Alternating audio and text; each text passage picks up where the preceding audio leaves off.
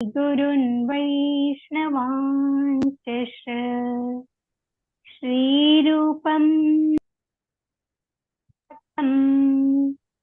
सगणरघुनाथान्वितं तं सजीवम् साद्वैतं सावधूतं परिजनसहितं श्रीकृष्णचैतन्यदेवम् श्रीराधा कृष्णपादान सगणललिता श्रीविशाखान्वितांश्च हे कृष्ण करुणा सिन्धो दीनबन्धो जगत्पते गोपीश गोपिका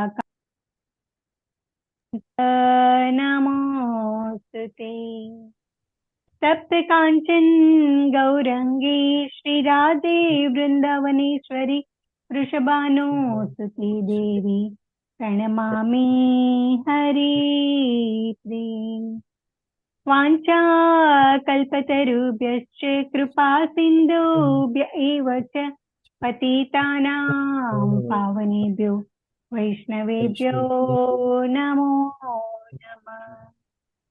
नमो विष्णुपादाय कृष्णपृष्ठाय भूतले श्रीमते भक्तिवेदान्त स्वामिन् इति नामिने नमस्ते सरस्वती देवी गौरवाणी प्रचारिणे निर्विशेषा शून्यवादी पाश्चात् देशतारिणि जय श्री कृष्ण चैतन्य प्रभु नित्यानंद श्री अद्वैत गदाधरा श्रीवासादि गौर भक्त वृंद हरे कृष्ण कृष्ण कृष्ण हरे हरे हरे राम राम राम हरे हरे। हरे कृष्ण सर्वने सादर प्रणाम। हरे कृष्ण दीप्ति माता जी, धन्यवाद दीप्ति माता जी। हरे कृष्ण सर्वे ने। श्रीला प्रभुपाद की जय। श्री राधा गोविंद ने प्रणाम।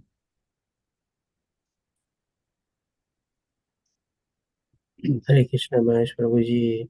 हरे कृष्ण। हरे कृष्ण शशि माता जी। हरे कृष्ण रेखा माता जी। हरे कृष्ण अर्चना माता जी। हरे कृष्ण किरण माता जी। हरे कृष्ण प्रभु जी। हरे कृष्ण अक्षय प्रभु जी। हरे कृष्ण ज्योति माता जी। हरे कृष्ण नीलेश प्रभु जी। हरे कृष्ण दिवेश प्रभु जी।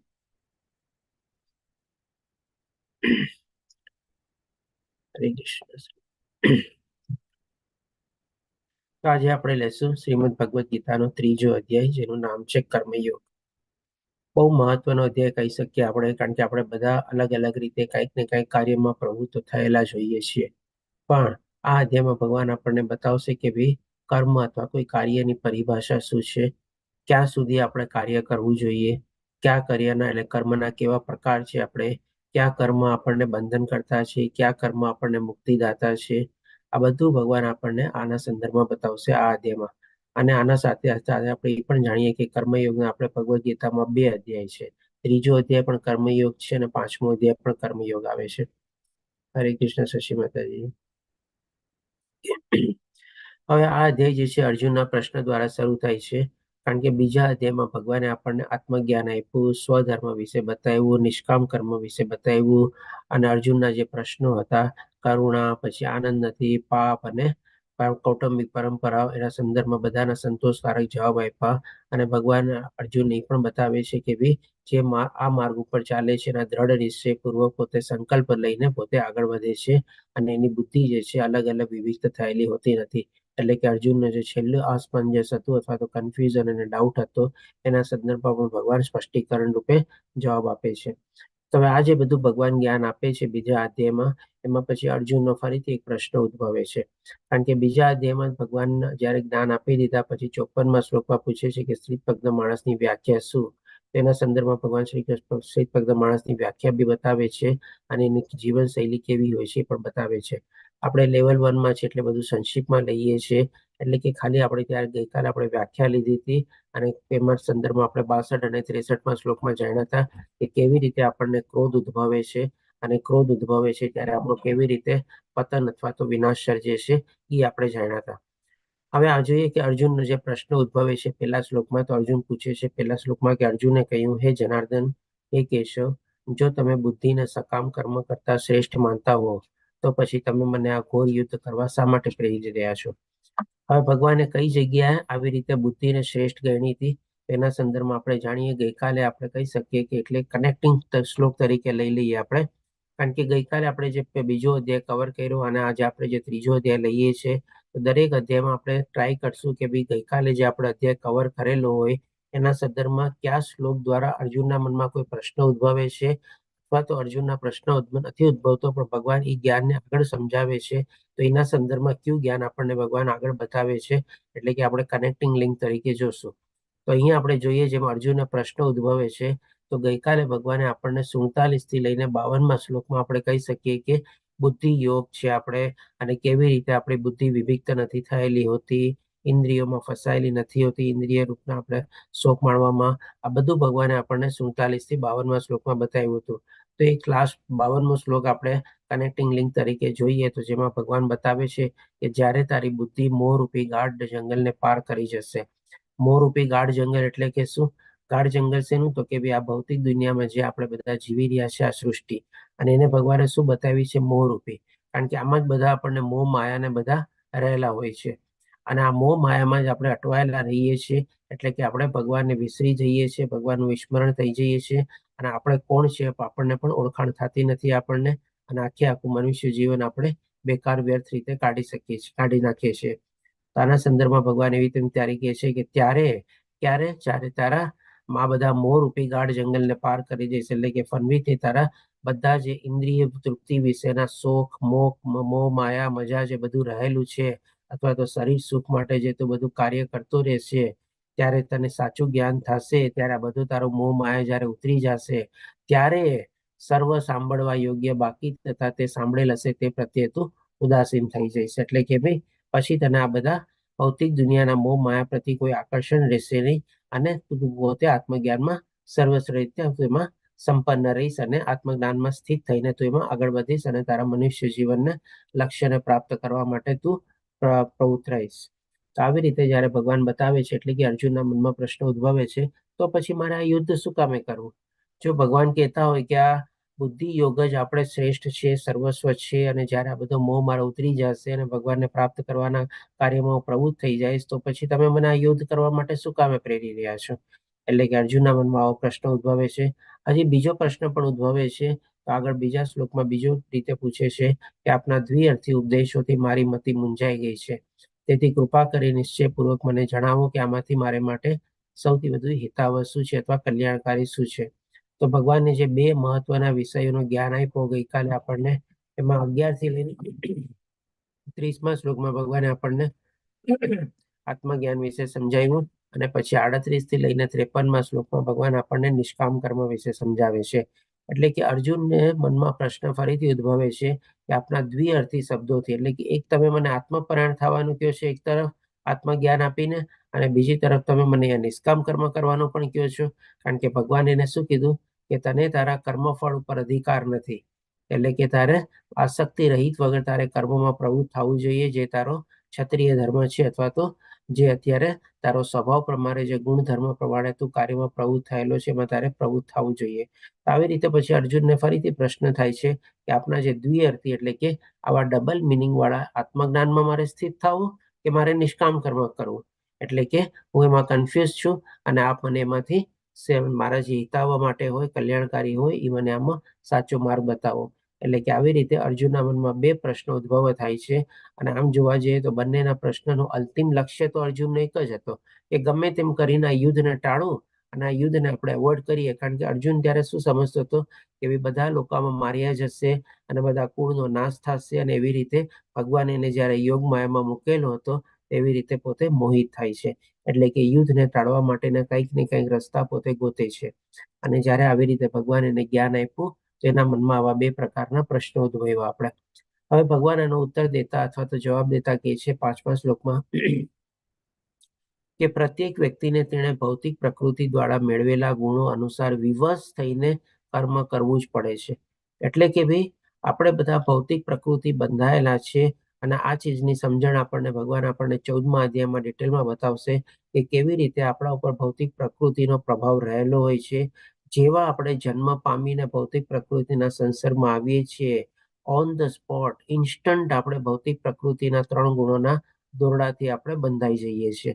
અને એ ગુણો દ્વારા બંધાવાને કારણે આપણે એમાં જે અલગ અલગ મનોસ્થિતિ અથવા અલગ અલગ આપણી વિચારવાની પ્રક્રિયા હોય એ પ્રમાણે આપણે અલગ અલગ કાર્યમાં આપણે પ્રવૃત્ત થઈએ છીએ.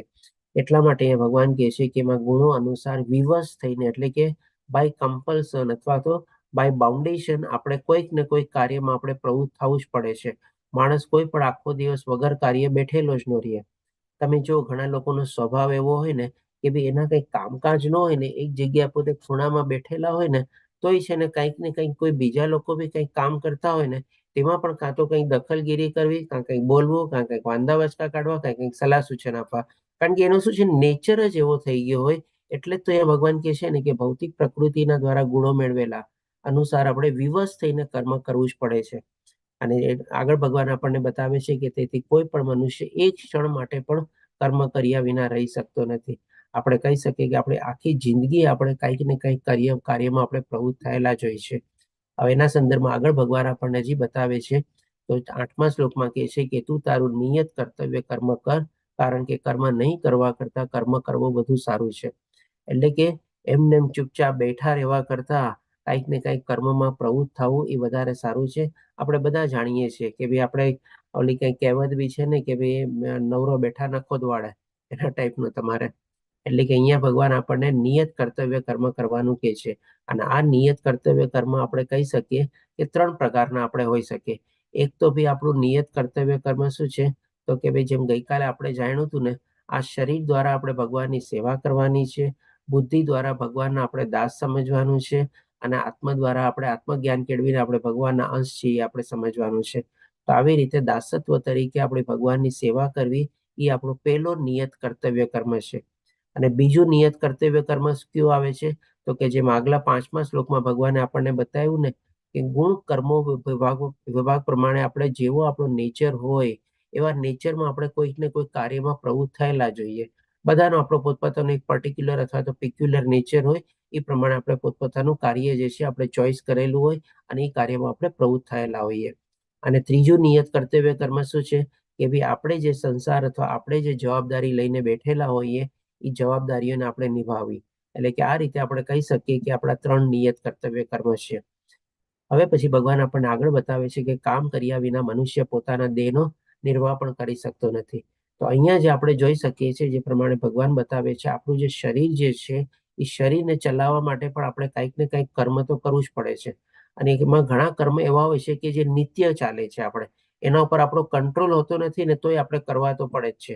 જેમ કે દાખલા તરીકે આપણે શ્વાસ લઈએ છીએ કે નહીં, શ્વાસ લીધા વગર આપણને ચાલે?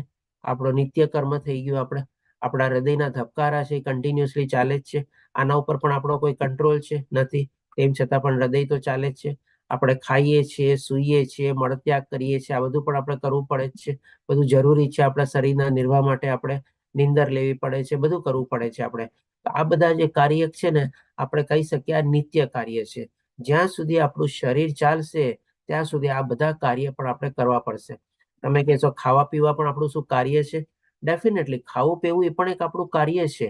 કારણ કે ખાવા માટે પણ આપણે કંઈક ને કંઈક આપણે હાથ ચલાવવો પડે, મોઢું ચલાવવું પડે, જીભ ચલાવવી પડે, દાંતનો ઉપયોગ કરવો પડે. આપણે કર્મ તો કરીએ જ છીએ ને. તમે કહેશો કે શ્વાસે શું આપણે બેઠા બેઠા એમને મન લઈ લઈએ છીએ? એકચ્યુઅલી આપણી અંદર જે શ્વસન ક્રિયા ચાલે છે એના માટે પણ થોડું ઘણું આપણે શરીરને આપણે તસદી તો આપવી જ પડે છે.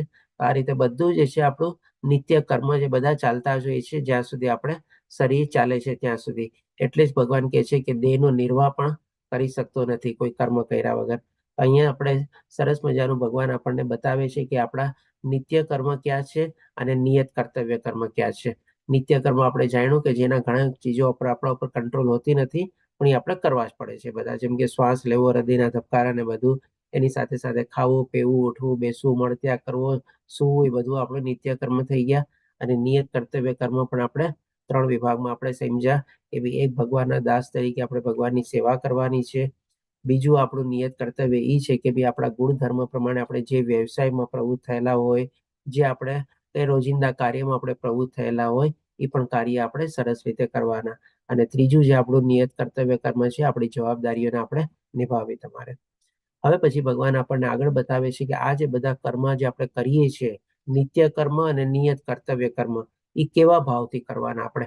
તો એના સંદર્ભમાં ભગવાન આપણને 9મા શ્લોકમાં કહે છે કે વિષ્ણુ પ્રીત્યર્થે યજ્ઞ તરીકે કર્મ કરવું જોઈએ. હવે આ વિષ્ણુ પ્રીત્યર્થી યજ્ઞ તરીકે એટલે કે શું? સૌથી પહેલા તો આપણે જે કાંઈ પણ કર્મ કરીએ છીએ ને, એને ભગવાન બતાવે છે કે યજ્ઞ છે આપણે. અને યજ્ઞ કેવી રીતે? એટલે કે ભાઈ યજ્ઞ એટલે કે ભાઈ ભગવાનને પ્રસન્ન કરવા માટે આપણે કાંઈ પણ જે કહીએ એને આપણે યજ્ઞ કહીએ. યજ્ઞની આપણે સીધી સાદી સરળ ભાષા લઈએ. આપણે કોઈ એવી શાસ્ત્રની એવી પરિભાષા સમજવાની એટલી જરૂર નથી, પણ અહીંયા ખાલી આપણે એટલું સમજીએ કે ભાઈ યજ્ઞ એટલે શું? તો કે ભાઈ ભગવાનને પ્રસન્ન કરવા માટે જે કાંઈ પણ ચીજ આપણે કરીએ એ થઈ ગયું યજ્ઞ. એટલે કે જે કાંઈ પણ આપણે કર્મ કરતા હોઈએ એ આવી રીતે વિષ્ણુ પ્રીત્યર્થ એટલે કે ભગવાન શ્રી કૃષ્ણને આપણે પ્રસન્ન કરવાના હેતુથી આપણે કરવો જોઈએ. અન્યથા, અને જો આવા ભાવથી આપણે ન કરીએ તો ભગવાન શું આપણને કહે છે કે અન્યથા આ ભૌતિક જગતમાં કર્મના બંધન ઉત્પન્ન થાય છે. એટલે કે અહીંયા ભગવાન આપણને એક સરસ મજાનું સ્પષ્ટીકરણ કરીને સમજાવે છે કે જે કાંઈ પણ કર્મ આપણે કરતા હોઈએ એ કેવી ભાવનાથી કરવાના? તો કે ભગવાન માટે કરીએ છીએ, ભગવાન થકી કરીએ છીએ અને ભગવાન દ્વારા કરીએ છીએ. આવી ભાવના જો લાવીને આપણે દરેક કાર્યમાં પ્રવૃત્ત થઈએ તો એ જે કર્મ કરેલું હોય એ આપણને બંધન કરતા ન થાય. અથવા તો અને જો એવી કોઈ ભાવના આપણે કર્મમાં ન રહેલી હોય, અથવા તો એનાથી વિરુદ્ધ, જેમ કે આપણે પોતાના સ્વાર્થ માટે જ કોઈ કર્મ કરીએ, ના મારે તો પૈસા કમાવા છે અને મોજ શોખ કરવા છે, બસ હું મહેનત કરીશ એટલે મને પૈસા મળશે, બસ. માની લો સારા કાર્ય કરીને જે કર્મ કરતો હોય ને પૈસા કમાતો હોય, બરોબર છે, પણ એમાં ભગવાનની કૃપા ન માનતો હોય. જી Mahesh Prabhuji, for and on behalf of, બસ એકદમ સરસ કીધું મહેશ પ્રભુજીએ. ભગવાન માટે, ભગવાન થકી અને ભગવાન દ્વારા આપણે કરવાનું છે. અને જો એવી રીતે આપણે ન કરીએ અથવા તો ખાલી પોતાના સ્વાર્થ માટે કરીએ અને પોતાને આપણે મહત્વ આપીને કરીએ, મારા થકી થયું, મેં કર્યું, મેં મહેનત કરી, મને પૈસો મળ્યો, હવે મારો પૈસો માણું છું, એટલે કે ભગવાન થકી જ આ બધું આપણને મળી રહ્યું છે, એવો જો ભાવ આપણામાં ન આવે તો એ જે કર્મ આપણે કરીએ છીએ ફળ મળશે આપણને, બરાબર છે. ભગવાન તો બધા માટે દયાળુ છે, બધા ઉપર કૃપા વરસાવે છે, બધાને ફળ આપે છે, આપણને પણ ફળ મળશે. પણ ભગવાન માટે ન કર્યું તો એ કર્મ આપણા બંધન કરતા થઈ ગયા. અને બંધન કરતાનો મતલબ શું? કે ભાઈ ફરીને ફરીથી આ જન્મ મૃત્યુ જરા વ્યાધિમાં આપણે ચક્કર ફર્યા જ રાખવાનું છે. આપણી પ્રગતિ નથી થતી એમાં જરાય. આપણે જે કહીએ છીએ આ ભૌતિક દુનિયામાં આપણે ઘણી બધી ક્યારેક પ્રગતિ કરીએ છીએ, ક્યારેક જ્ઞાન મેળવીને પ્રગતિ કરીએ છીએ, ક્યારેક પૈસા મેળવીને પ્રગતિ કરીએ છીએ, ક્યારેક મોટો હોદ્દો મેળવીને પ્રગતિ કરીએ છીએ, ક્યારેક અલગ અલગ આપણે ઉચ્ચતર એવી સ્થિતિ પ્રાપ્ત બધી કરી લઈએ છીએ.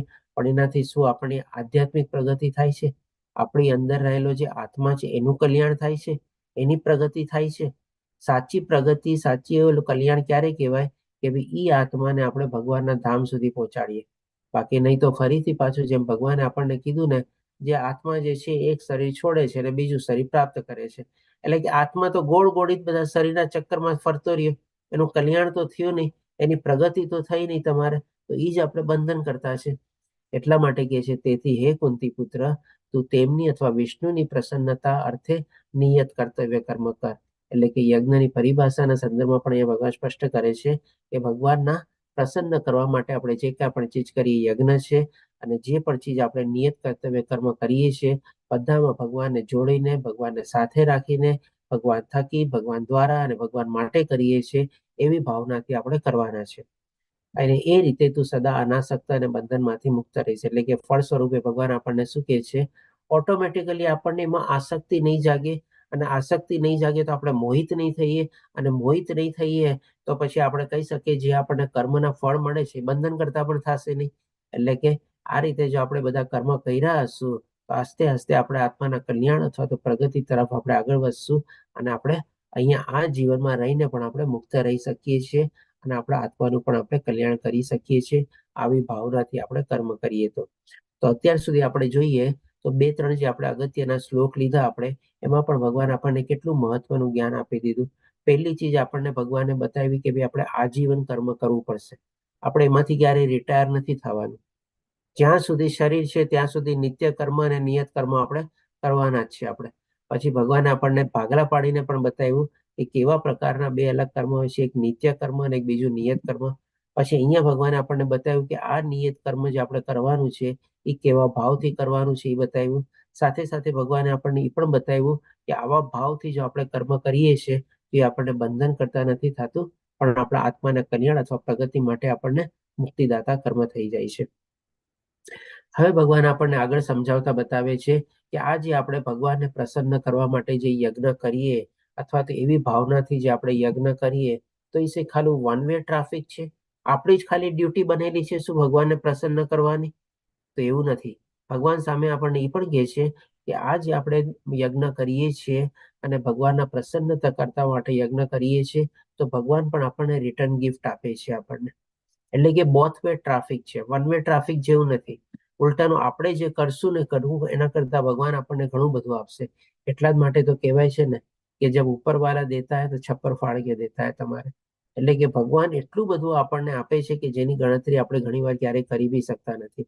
આના સંદર્ભમાં ભગવાન આપણને 11મા શ્લોકમાં કહે છે યજ્ઞો દ્વારા પ્રસન્ન થઈને દેવો પણ તમને પ્રસન્ન કરશે. એટલે કે આપણને પણ રિટર્ન ગિફ્ટ મળશે. આજે આપણે કોઈ બાળક આપણું કોઈ હોય, કોઈકની બર્થડે પાર્ટીમાં જાય તો આપણે એને ગિફ્ટ લઈને મોકલીએ છીએ. પણ હવે જેમ શું હોય છે એ જ્યારે બર્થડે પાર્ટી એટેન્ડ કરીને આવે ત્યારે પોતે પણ સાથે કંઈક ગિફ્ટ લઈને આવે છે ને. કારણ કે જેણે બર્થડે પાર્ટી ઓર્ગેનાઇઝ કરી હોય એ પણ એના જે બર્થડે પાર્ટીમાં બધા જે બાળકો અને મિત્રો આવેલા હોય બધાને કંઈક ને કંઈક રિટર્ન ગિફ્ટ આપે. તો આવી રીતે આપણે ભગવાન અથવા તો વિષ્ણુ પ્રીત્યથી જે યજ્ઞ કરીએ છીએ એના સંદર્ભમાં ભગવાન આપણને એ પણ કહે છે કે દેવો પણ તમને પ્રસન્ન કરશે, એ લોકો પણ આપણને રિટર્ન ગિફ્ટ આપશે. અને એ રીતે માનવો તથા દેવો વચ્ચેના સહકારથી સૌનો અભ્યુદય થશે. હવે તમારા મનમાં એક પ્રશ્ન થાય કે ભગવાને ત્યારે યજ્ઞ કરવાનું કીધું વિષ્ણુ પ્રીત્યર્થે અને અહીંયા ભગવાન જ્યારે રિટર્ન ગિફ્ટનો વારો આપે છે ત્યારે દેવી દેવતાઓને સોંપી દે છે. તો આ દેવી દેવતાઓ કોણ છે? દેવી દેવતા એકચ્યુઅલી ભગવાનના અંગો જ છે ને. આપણે હવે જેમ આપણે બર્થડે પાર્ટીમાં ગયા હોઈએ અને બાળક નાનું હોય, તમારે માની લ્યો 2-5 વર્ષનું બાળક છે, એનો બર્થડે સેલિબ્રેટ કરેલો છે, તો હવે એ બાળકને ખબર પડે મારે રિટર્ન ગિફ્ટ આપવાની છે અને બધાને આપવાની છે, ત્યારે એના મા બાપ એને હેલ્પ કરે ને. એના મા બાપ એને હેલ્પ કરે ને એના જ હાથે એને દેવડાવે ને તમારે. એવી જ રીતે આજે બધા દેવી દેવતાઓ જે છે ભગવાનના જ અંશો છે અને ભગવાનના જ અંગો છે આપણે. એટલા માટે આમાં કોઈ આપણે તફાવત નથી સમજવાનો એ સેન્સમાં કે ભાઈ આપણે જે કરીએ છીએ એ વિષ્ણુ પ્રીત્યર્થે કરવાનું અને જે રિટર્ન ગિફ્ટ આવે છે દેવી દેવતાઓ તરફથી આવે છે. એવો કોઈ ભેદભાવ નથી તમારે, પણ અહીંયા દેવી દેવતાઓ ભગવાનના અંગ અને અંશ રૂપે જ અને ભગવાને બધાને કાર્ય સોંપેલા છે. એટલા માટે ભગવાન કહે છે કે આ બધા દેવી દેવતાઓ પ્રસન્ન થાય છે અને આપણને એના સહકારથી અથવા તો એકબીજાના સહકાર અને કોઓપરેશનથી બધાનો પ્રોગ્રેસ અને ડેવલપમેન્ટ થાય છે. હવે કેવી રીતે આ બધા દેવી દેવતાઓને ભગવાને નિયુક્ત કરેલા છે અને કેવી રીતે આપણને એના તરફથી બધી રિટર્ન ગિફ્ટો મળે છે એ પણ પછી ભગવાન આપણને આગલા બધા શ્લોકોમાં સમજાવે છે કે જીવનની વિવિધ જરૂરિયાતોની પૂર્તિ કરનારા વિભિન્ન દેવો. એટલે કે જે આ બધા દેવી દેવતાઓ ભગવાનના અંગો તરીકે કાર્ય કરે છે, ભગવાનની શક્તિ દ્વારા એ લોકો કાર્ય કરે છે અને ભગવાને જેમણે બધાને નિયુક્ત કરેલા છે, જેમ કે આપણે શું સૂર્યનારાયણ દેવ, સૂર્યનારાયણ આપણને શું આપે છે તો કે ભાઈ પ્રકાશ અને અજવાળું આપે છે. ચંદ્ર શું આપે છે તો કે ભાઈ છાંયો અને શીતળતા આપે છે. ઇન્દ્ર કોણ શું આપે છે તો કે ભાઈ આપણને વરસાદ આપે છે. પવન દેવતા એટલે કે આપણે જે બધા વાયુ ને બધા રહેલા છે એ આપણને કંટ્રોલર છે. બધા આ બધા જે દેવી દેવતાઓ છે બધા પાસે એક એક જાતનો આપણે કહી શકીએ કેબિનેટ ઓફ મિનિસ્ટરમાં બધા મિનિસ્ટર પાસે જેમ પોર્ટફોલિયો બધા પ્રાઇમ મિનિસ્ટરે આપેલો હોય એવી રીતે આ બધા દેવી દેવતાઓ પાસે અલગ અલગ પોર્ટફોલિયો આપેલા છે અને એ બધા આપણા જીવન જરૂરિયાતની પૂર્તિઓ બધી કરે છે. અને યજ્ઞ સંપન્ન કરવાથી પ્રસન્ન થઈને તમારી બધી જરૂરિયાતોની પૂર્તિ કરશે. એટલે કે જે રીતે આપણે ભગવાન પ્રીત્યર્થે યજ્ઞ કરીએ છીએ એટલે કે રિટર્ન ગિફ્ટ દેવા માટે આ દેવી દેવતાઓ પાસેથી આપણી જે બધી જીવન જરૂરિયાતોની વસ્તુ હોય છે એ બધી પૂર્તિ થાય છે. એ કેવી રીતે પૂર્તિ થાય છે અને કેવી રીતે આ યજ્ઞ ચક્ર ચાલે છે એ પણ પછી ભગવાન આપણને આગલા શ્લોકોમાં બતાવે છે. પણ અહીંયા સંદર્ભમાં પહેલા ભગવાન આપણને કહે છે જે મનુષ્ય આ પ્રાપ્ત ઉપહારો દેવોને અર્પણ કર્યા વગર પોતે ભોગવશે તે નક્કી ચોર છે. તો આમાંથી ઘણી ખરી આપણે જોઈએ કે જીવન જરૂરિયાતોની જે આપણે ચીજો હોય છે ને, બધા આ દેવી દેવતાઓ જેના કંટ્રોલર છે આપણને ઓલરેડી આપી દીધેલી છે. આજે જેમ કે સૂર્ય સવારે ઉગે છે, આપણને પ્રકાશ આપે છે, અજવાળું આપે છે. હવે કોઈ વ્યક્તિ હોય કે ના ભાઈ હું તો માનતો નથી, મને ભગવાનમાં વિશ્વાસ નથી, તો શું સૂર્યનારાયણ એને પ્રકાશ નહીં આપે? એવું તો નથી ને. આજે જયારે વરસાદ પડશે તો બધાના ઘર ઉપર જ વરસાદ પડશે ને બધાની છત અગાસીમાં ભીની થશે ને. હમણાં વરસાદની સિઝન ચાલે છે. આપણો બાજુવાળો પાડોશી ભગવાનમાં ન માનતો હોય અને એ નાસ્તિક હોય તો ભગવાન એમ કહેશે, તું તો મારો સરસ મજામાં સવારના ક્લાસ બધું કરસ, હું તારા છત ઉપર સારો એવો વરસાદ પાડીશ, પણ ઓલાના છત ઉપર વરસાદ નહીં પાડું. એવું તો ભગવાન નથી કહેતા. એટલા જ માટે ભગવાન કહે છે કે પ્રાપ્ત ઉપહારો આપણને ઓલરેડી આ બધું મળી ગયું છે. આમ જોવા જઈએ ને તો ભગવાન એટલા બધા કૃપાળુ અને દયાળુ છે કે આ બધી ચીજો આપણને આપતા જ રહે છે. પણ આપણે જો આવી રીતે આપણે ડ્યુટી ન નિભાવીએ તો એના સંદર્ભમાં ભગવાન શું કહે છે તે નક્કી ચોર જ છે. હવે જેમ કે આને સમજવા માટે એક નાનકડો આપણે દાખલો લઈએ. માની લો એક ઓપન હાઉસ હોય તમારે, અને એ ઓપન હાઉસમાં આપણે એન્ટ્રી અને એક્ઝિટ જે છે માની લો ફ્રી છે. અને એ ઓપન હાઉસમાં તમારે ઘણી બધી સુખ સુવિધા અને સગવડ છે. તમારે જેટલા દિવસ એમાં રોકાવું હોય તમે રોકાવો, તમારે જેમાંથી માણવું હોય તમે બધું માણો, જે તમારે અલગ અલગ રીતે ભોગવવાની ઈચ્છા હોય તમે ભોગવો. એમાં ખાવો પીવો મોજ મજા બધા સાધનો સગવડો બધું ઉપલબ્ધ છે. તમારે જે કરવું હોય તમે કરો. હવે એમાં એક્ઝિટ ગેટ ઉપર બારમાં માની લો ત્યાં પેટી રાખેલી હોય, અને પેટીમાં તમારા યથા યોગ્ય પ્રમાણે તમારે કંઈક એમાં મૂકવાનું હોય. તમારે માની લો કોઈની પાસે કોઈ એવું કઈ મૂકવા વાળી ચીજ વસ્તુ ન હોય, દ્રવ્ય ન હોય, તો તમે ત્યાં તમારી સેવા બી આપી શકો છો.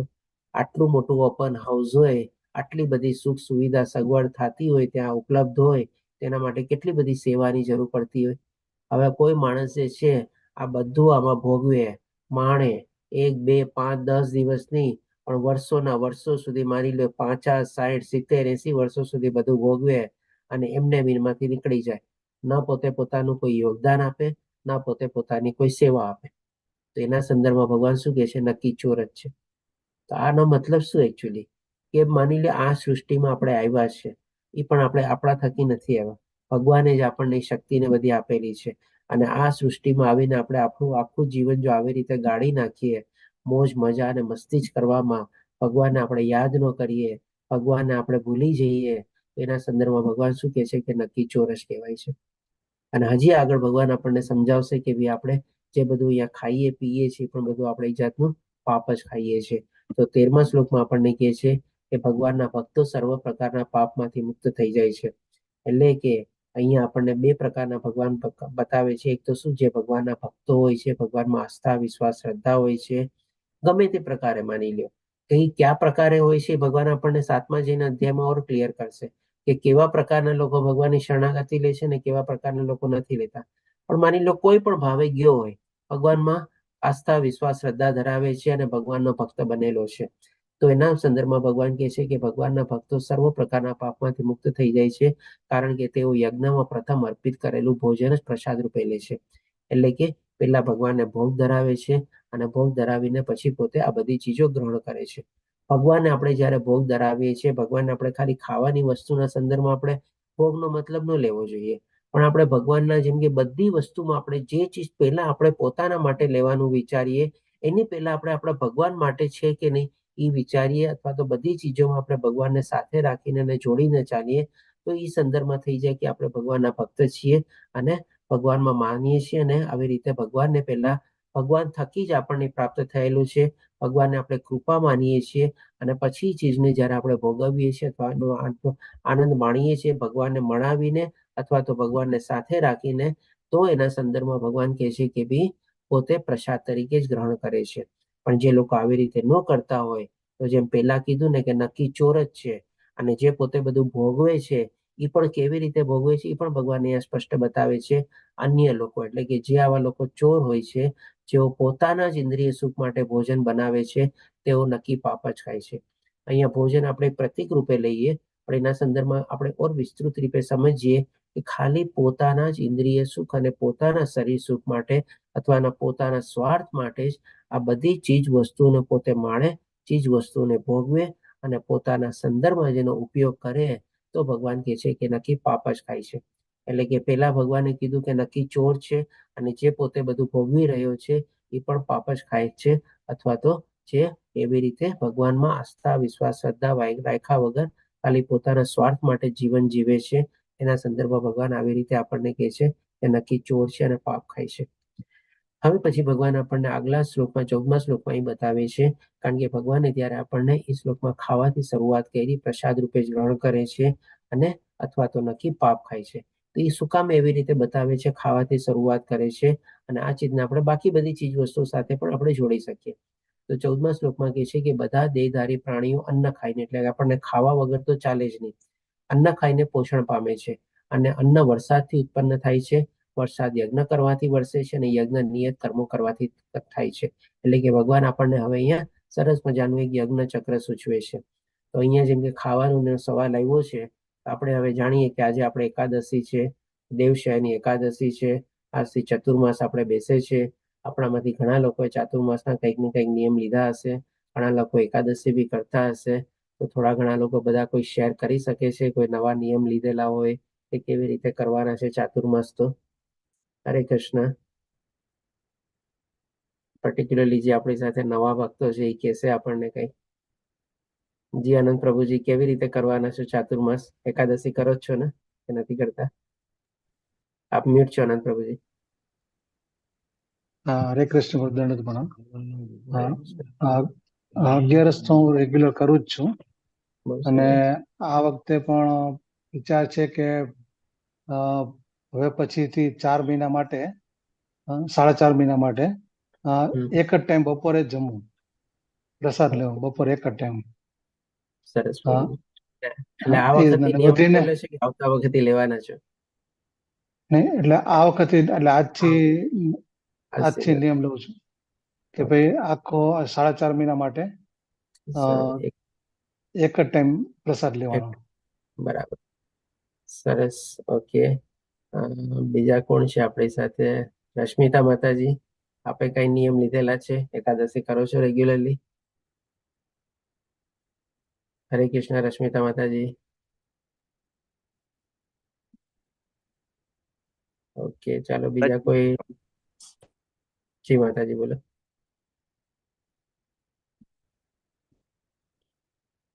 ઓકે, કાર્તિક પ્રભુજી. હા હરે પ્રભુજી, કૃષ્ણ. મેં બી હરે કૃષ્ણ. હા, હરે કૃષ્ણ. આપણે બી એટલે મારે એટલે નાનપણથી ચાલુ જ છે આ એકાદશી તો કરવાની જ, અને આપણે જે દિવાળીની આવે એ બી કરવાની. બાકીનું હજુ સુધી ચાલુ નથી કર્યું, પણ હા હવે આ સંકલ્પ લઈને ચાલુ કરવાનું છે. પણ હજુ સુધી કઈ સંકલ્પ નથી લીધો, પણ આ એકાદશી તો મારી નાનપણથી ચાલુ જ છે. સરસ પ્રભુજી, ધન્યવાદ. ઓકે, હેલો, દિવ્યેશ હરે પ્રભુજી. કૃષ્ણ. જી માતાજી, બોલો.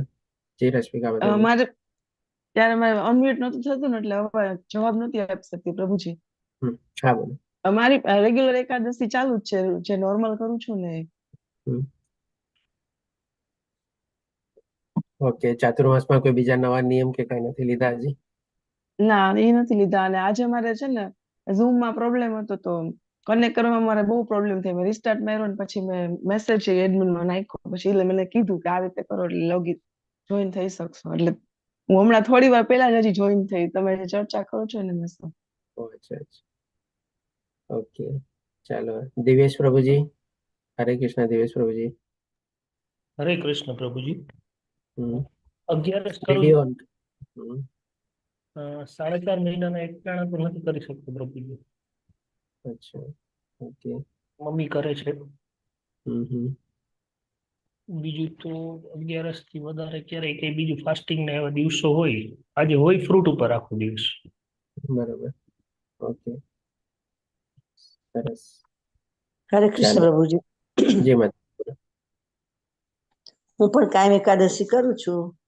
જેટલો હમ. ટાઈમ પાણી વગર રહેવાય એટલી ટાઈમ સુધી, 2 વાગ્યા સુધી રહેવાય છે, 5 વાગ્યા સુધી રહેવાય પાણી વગર.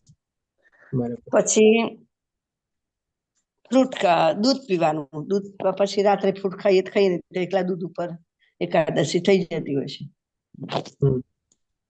બરાબર, સરસ. ચાલો, ઓકે, બીજા કોઈ કંઈક નવા નિયમ લીધેલા હોય તો શેર કરી શકે છે, બાકી જૂના પાર્ટિસિપન્ટ માંથી કોઈ? પ્રભુજી હું કરું છું રેગ્યુલરલી. બરોબર, સરસ. શું એકાદશી કે ચાતુર્માસ? એકાદશી. ઓકે, સરસ. આ વખતે વિચાર છે ચતુર્માસ કરવાનો, જોઈએ હવે. બરોબર, ઓકે. હરે જી રમેશ, કૃષ્ણ. જી બોલો રમેશ પ્રભુજી. આપણો ચતુર્માસ તો નહીં કર્યો, પણ છેલ્લે વિશ્વ પંચક કરી નાખીશું, એટલે આખા ચતુર્માસ નું ફળ લઈ લઈશું. શોર્ટકટ. વિશ્વ પંચક. હા, એ તો સમજી ગયો. ઓકે, ખાલી 5 દિવસ પાણી ઉપર 5 દિવસ ખાલી. 5 દિવસ, બરોબર, સરસ. હરે કૃષ્ણ પ્રભુજી, મારી રેગ્યુલર એકાદશી તો હોય છે પ્રભુજી, પણ ચાતુર્માસ નથી છે, કેમ કે ફિલ્ડમાં ફરવાનું હોય છે ને પ્રભુજી, ફિલ્ડમાં વધારે હા, હોય છે એટલે. હરે કૃષ્ણ. બરોબર, હરે કૃષ્ણ. ઓકે, ચાલો જી શશી માતાજી બોલો. હરે કૃષ્ણ પ્રભુજી. હરે હા, કૃષ્ણ. મેં તો 4.5 મહિનામાં એટલો જ નિયમ લીધો કે 16 માળા કરવાના ડેઈલી. 4.5 મહિના અચૂક 16 માળા ગમે તે સ્થળે હોય જ્યાં સુધી એમ માળા કરવાની કમ્પલસરી. અને બીજું 11 કરવાની, એકાદશી હોવાની, બસ. 4.5 એકાદશી તો હોય જ છે. ફરાળ કરી અને દૂધ બરાબર. શરબત ને એવું પીને. પણ હવે પછી બહુ ના સફળ થઈ શકે વ્રત, એટલે 16 બધું આવી જાય એમ માનું છું હું તો. હરે હા, કૃષ્ણ. બરાબર. ઓકે, ચાલો, સરસ થી બધા શેરિંગ કરેલું. બધાનો ભાવ સારો છે, બહુ પવિત્ર ભાવ છે, અને થોડોક આસ્થા અને વિશ્વાસની સાથે બધા ભાવથી આગળ વધે છે. જેમ જેમ પોતપોતાની શારીરિક સ્થિતિ હોય, ઉંમર હોય, સંજોગો હોય, પરિસ્થિતિ હોય, ક્યારેક દવા ને બધી લેવી પડતી હોય, એનીવે બધું બરાબર છે, પણ ભાવ હોવો જોવો બહુ જરૂરી છે આપણે. અને આસ્તે આસ્તે જેમ જેમ આપણે ઈચ્છા કરશું ને, ભગવાન આપણી આંગળી પકડશે, ભગવાન આપણને દોરવણી કરશે, અને ભગવાન આપણને સાથ આપશે અને આપણને આગળ વધારશે. તો હવે અહીંયા જેમ આપણને ભગવાન યજ્ઞ ચક્ર બતાવે છે, યજ્ઞ ચક્ર આપણે સમજી લઈએ કે કેવી રીતે આ યજ્ઞ ચક્ર પાલન થાય છે. જેમ ભગવાને બતાવ્યું કે ભાઈ આ વરસાદ થાય છે, અનાજ ઉગે છે, એ બધું આપણે ધાન તરીકે યુઝ કરીએ છીએ, એ બધું ચીજ આપણે જાણીએ છીએ આમ તો. એટલે કે થોડું ઘણું એ લિટરલ સેન્સમાં બી લઈ લઈએ કે ભગવાન દ્વારા જ બધા વેદોનું સંકલન કરતા થયેલું છે, અને વેદોમાં બધા અલગ અલગ ગુણ ધર્મ પ્રમાણે બધા અલગ અલગ બધાના કાર્યો નિયત કરેલા છે કે કેવા કાર્યમાં એ લોકો પ્રવૃત્ત થાય છે. તો જેમ કે પહેલાના વખતમાં લોકો પાસે થોડી જમીન ને બધું રહેતી, ખેતી પ્રધાન, આપણો ભારત દેશ પણ વધારે ખેતી પ્રધાન દેશ પણ આજની તારીખમાં ગણાય છે. તો બધા લોકો ખેતી કરે, ખેતી કરીને આવી રીતે જમીનને ખેડે, જમીનમાં આપણે લણણી કરે, એટલે કે પછી જમીનમાં બધું વાવે કરે ને બધું કરે. પછી કર્યા પછી શું કરે? ભગવાન માટે યજ્ઞ કરે. કારણ કે એ પ્રકારમાં એવી રીતે ત્યારે યજ્ઞ થતો, અને યજ્ઞ કરીને ભગવાનને પોતે જે કંઈ પણ કાર્ય કરેલું હોય ભગવાનને અર્પિત કરે કે ભાઈ ભગવાન અમે અમારું કાર્ય કરેલું છે. અને આવી રીતે જ્યારે યજ્ઞ થતો અને ભગવાનને સમર્પિત કરવામાં આવતું, તો આ બધા દેવી દેવતાઓ પણ જે છે પ્રસન્ન થતા, અને એ આપણને ભેટ રૂપે અથવા તો રિટર્ન ગિફ્ટ રૂપે આપણને વરસાદ આપતા. અને આ વરસાદ જ્યારે થતો સરસ મજાનો, ત્યારે આપણે જે લોકો ખેતી કરેલી હોય એમાં સારો એવો પાક પાકતો, અને પાક પાકીને પછી એમાંથી બધા અલગ અલગ વ્યંજન અથવા તો બધા ભોગ ધરવાની બધી વાનગીઓ બનાવતા, અને વાનગી બનાવીને પેલા ભગવાનને અર્પિત કરે, અને પછીથી આપણે પ્રસાદ તરીકે ગ્રહણ કરતા. તમારે ઓકે, શું કે છે મહેશ પ્રભુજી ચેટબોક્સમાં? વૃદ્ધાશ્રમમાં જવું, સેવા કરવી અને ખાદ્ય સામગ્રી જરૂરિયાત પૂરી પાડવી. જો આ પણ એક આપણા નિયમ છે, આ પણ એક સારી ચીજ છે. આપણે બધા પુણ્ય કાર્ય છે, આપણે લોકોની સેવા કરવી ને બધું. તો ડેફિનેટલી મહેશ પ્રભુજી આવા કાર્યમાં પોતે પ્રવૃત્ત થાય છે, કંઈક શારીરિક સ્થિતિના કારણે. કેમ કે આની પહેલા એમણે વર્ણવેલું હતું કે દવા ને બધું લેવું પડે છે, એટલે આવા બધા વાર વર્તુલા નથી કરી શકતા. પણ એમની પાસે બીજી કોઈ શક્તિ એવી હોય તો એ શક્તિનો પણ આપણે ભગવાન માટે ઉપયોગ કરે છે. જેમ કે આવી રીતે વૃદ્ધાશ્રમમાં જવું, અનાથ આશ્રમમાં જવું, લોકોને બધી સેવા કરવી લોકોની, અને થોડી ઘણી જે લોકોની જરૂરિયાતો હોય એ આપણે પૂરી પાડવી. એ પણ એક વાર આપણે કહી શકીએ કે ભગવાનને જ અર્પણ કરેલું આપણે કહેવાય. કારણ કે એમાં પણ શું છે, આપણે બધામાં આત્માનો ભાવ જોઈએ છે, બધામાં આપણે એ જ પ્રકારે સમત્વ ભાવ જોઈને આપણે સેવાને મદદ કરીએ છીએ. તો આ રીતે આપણે જોયું કે આ યજ્ઞ ચક્ર થાય છે. હવે આ યજ્ઞ તમે ચક્ર કહેશો કે ભાઈ આજની તારીખમાં આપણે પ્રેક્ટિકલ લાઈફમાં કેવી રીતે એપ્લાય થાય? આ યજ્ઞ ચક્ર આજની તારીખમાં પણ એપ્લાય થાય. આપણે આપણે ભલે ખેતી ન કરતા હોઈએ પણ કંઈક ને કંઈક કાર્યમાં પ્રવૃત્ત થયેલા હોય તો ભગવાને વેદોનું સંકલન કરતા કરેલા છે, આમાં તો આપણે કંઈ કરી શકતા નથી. પણ આમાં શું છે, આજની આપણે બધા ગુણ ધર્મ પ્રમાણે બધા કંઈક ને કંઈક અલગ અલગ એક્ટિવિટીમાં પોતે પ્રવૃત્ત થયેલા હોય છે. કોઈક ડોક્ટર હોય, કોઈક એન્જિનિયર હોય, કોઈક ધંધો કરતા હોય, કોઈ વ્યવસાય કરતા હોય કે નોકરી કરતા હોય. એવી રીતે બધાના પોતપોતાના ગુણ ધર્મ પ્રમાણે, જેમ ભગવાને આપણને બતાવ્યું ને, ભૌતિક પ્રકૃતિના ગુણો અનુસારીને કોઈ પણ કાર્યમાં વિવશ થઈને કરવું જ પડે છે. આપણે બધા આવી રીતે કોઈક ને કોઈ કાર્યમાં પ્રવૃત્ત થયેલા હોઈએ. તો હવે આજે આપણે કાર્ય કરતા હોય અને સાથે સાથે આપણે ભગવાનની ભક્તિ કરતા હોઈએ, એટલે કે જે કાંઈ પણ કાર્ય કરતા હોય એમાં ભગવાન માટે, ભગવાન દ્વારા, ભગવાન થકી, ભગવાનને સાથે રાખી, ભગવાનને જોડીને આપણે ચાલીએ, એ પણ એક સાથે સાથે આપણી ભક્તિ પણ થઈ ગઈ, નિષ્કામ કર્મ પણ ભાવો થઈ ગયો અને ભગવાનની ભક્તિ પણ થઈ ગઈ. અને થોડી ઘણી એમાં સાધના ભક્તિ પણ આપણે પ્રવૃત્ત કરવાની હોય છે. જેમ કે શશી માતાજીએ કીધું ને કે આ 4.5 મહિનામાં એમણે નિયમ લીધેલો છે કે ભાઈ ડેઈલી 16 માળા તો કરવી જ. તો આવી રીતે આપણે વિશેષ રૂપી કોઈ એક નિયમ ભક્તિના સંદર્ભમાં પણ લઈ શકીએ છીએ. માળા કરવી, ભગવાનને ભોગ ધરાવીને જ આપણે ભોગ લેવાનો, જ્યાં સુધી ભગવાન ન ધરાવવું હોય આપણે નહીં આરોગવાનું, ભગવાન માટે કોઈ ચીજ લઈને ન આવ્યા હોય ત્યાં સુધી આપણે પણ નહીં લેવાની, ભોગવવાની. આ બધા કંઈક ને કંઈક નિયમ લઈ શકીએ છીએ, તો એ આપણી ભક્તિ માર્ગમાં આપણને આગળ વધી શકીએ સાધના ભક્તિમાં. એટલે કે નિષ્કામ કર્મની સાથે આપણે જ્યારે ભગવાનની ભક્તિ કરીએ છીએ તો ભગવાનની આપણા ઉપર કૃપા થાય છે. કેવી રીતે કૃપા થાય છે? જો આપણે નોકરી ધંધો કરતા હોય તો આપણને પગાર ને બધું મળે છે, આપણને પ્રમોશન મળે છે, આપણી પ્રગતિ થાય છે, નવી નવી જગ્યાએ આપણને જવા મળે છે. અને જો ધંધો ને બધું કરતા હોય તો આપણો પ્રોફિટ વધે છે, ટર્નઓવર વધે છે, આપણા બધો ધંધો પણ ઓર વિકસે છે. આપણે આ રીતે ભગવાનની કૃપા થાય છે આપણા ઉપર. અને આ રીતે જ્યારે કૃપા થાય છે તો આપણને જે ધન ધાન્ય બધું મળે છે એમાંથી આપણે આપણા જીવનની જરૂરિયાતોની સાથે સાથે આપણે ભગવાનને પણ માટે બધી આવી જીવન જરૂરિયાતો બધી ચીજો આપણે ભગવાનને સાથે રાખીને આપણે ચાલીએ છીએ. અને એ જ રીતે પછી આપણે ખાદ્ય સામગ્રીને બનાવીએ છીએ. અહીંયા ખાદ્ય સામગ્રીનો મિનિંગ આપણે ખાલી ખાદ્ય સામગ્રી પૂરતો જ નથી રાખવાનો, પણ જેમ પહેલા કીધું ને, આપણે આપણા માટે કોઈ શર્ટ લાવવું હોય તો આપણે પહેલા વિચારો મારા ભગવાનના વાઘા છે કે નહીં. અને એ હોય તેમ છતાં પણ જો માની આપણે હવે આપણા માટે શર્ટ લાવીએ તો એ શર્ટ પહેલા લાવીને ભગવાનને દેખાડવાનું, ભગવાન તમારા થકી જ મને આ ચીજ મળી છે. તો આવી રીતે જયારે આપણે કરીએ ને બધું આપણે ભગવાનને અર્પણ કર્યું કહેવાય આપણે. અને ભગવાનને આપણે પરવાનગી લઈને પછી આપણે વાપરીએ તો આ સંદર્ભમાં આપણે સમજી શકીએ કે ખાદ્ય સામગ્રીની સાથે સાથે બધી ચીજોમાં પહેલા ભગવાનને યાદ કરવાના, પહેલા ભગવાન માટે છે કે નહીં જોવાનું, અને પછી આપણે આપણા માટે લઈને પણ ભગવાનની કૃપા માનવાની, અને પછી એને આપણે જયારે વાપરીએ ત્યારે આપણે કહી શકીએ કે આ સંપૂર્ણ રીતે આ જ યજ્ઞ ચક્રનું આપણે આવી રીતે આજની તારીખમાં પણ આપણે પાલન કરી શકીએ છીએ. અને આવી રીતે જયારે યજ્ઞ ચક્રને બધું પાલન કરીએ તેના સંદર્ભમાં જેમ અલગ અલગ યુગ હતા તો અલગ અલગ યુગમાં પણ અલગ અલગ પ્રકારના યજ્ઞ બધા બતાવવામાં આવેલા હતા. જેમ કે પેલા આવે છે સતયુગ. સતયુગમાં લોકો આવી કઠોર સાધના તપસ્યાની પ્રવૃત્ત થતા, કારણ કે એવું પ્રમાણે લોકોની પાસે સાધન સુખ અને સગવડ બધી ઉપલબ્ધ હતી.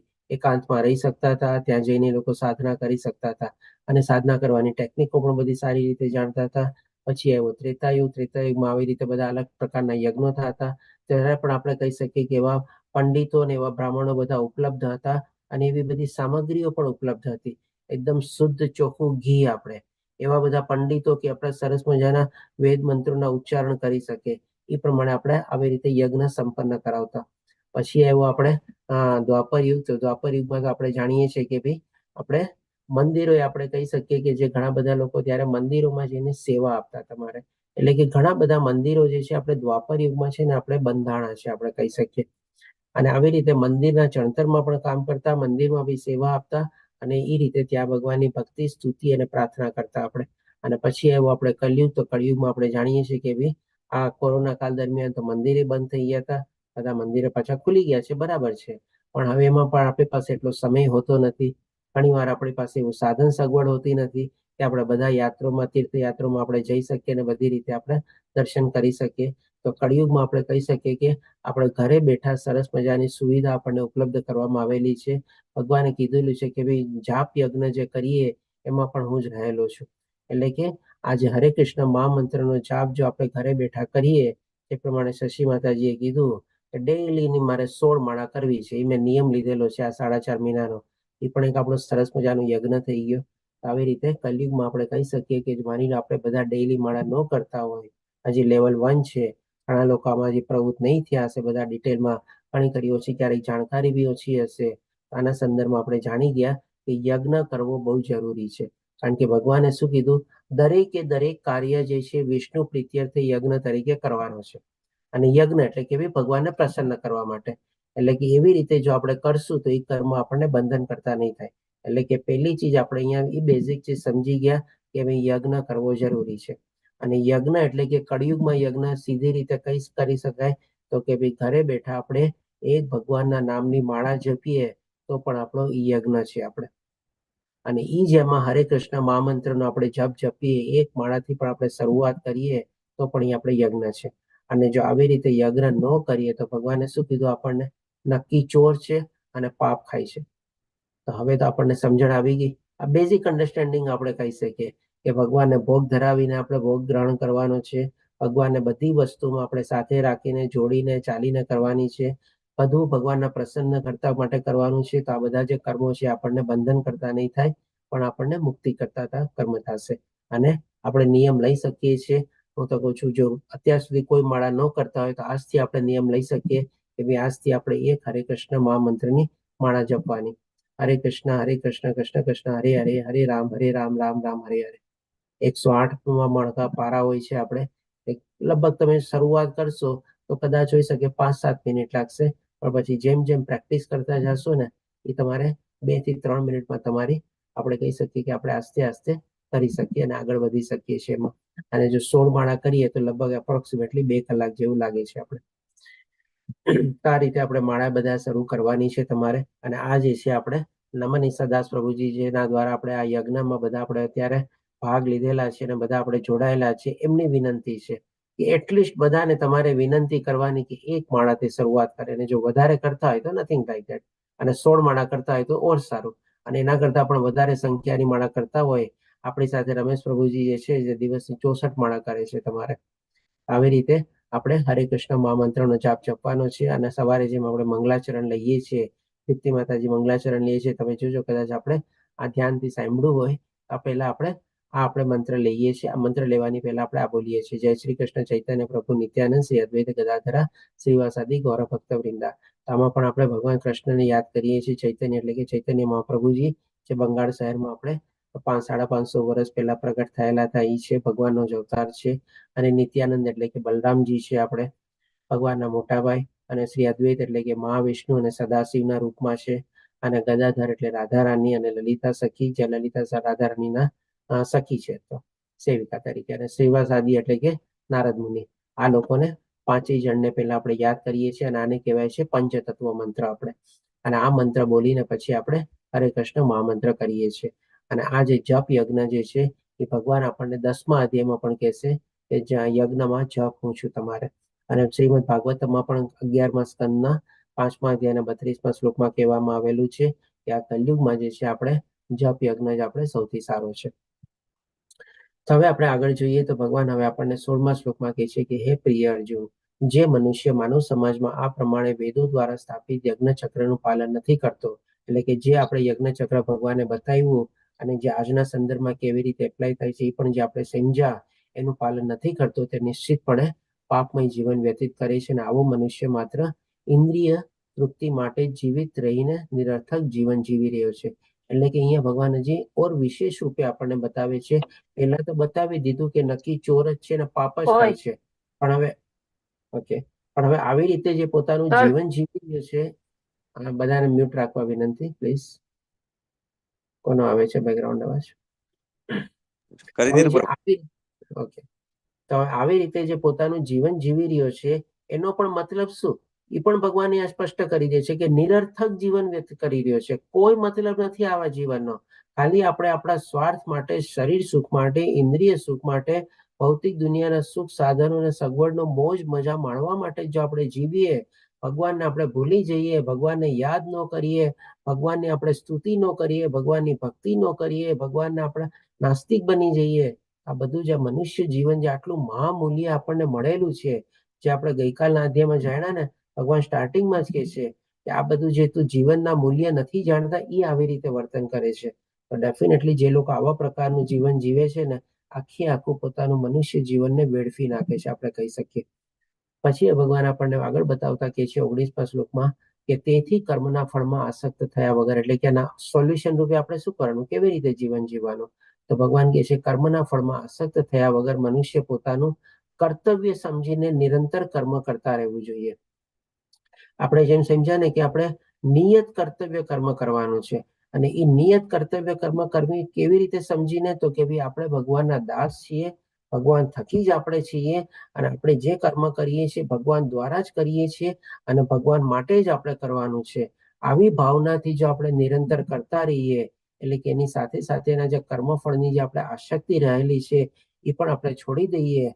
ઉલટાનું જે ફળ આપણને મળે, કારણ કે ફળ તો મળવાનું છે, દેવી દેવતાઓ જેમ કીધું ને કે પ્રસન્ન થઈને આપણને પણ ફળ આપે છે.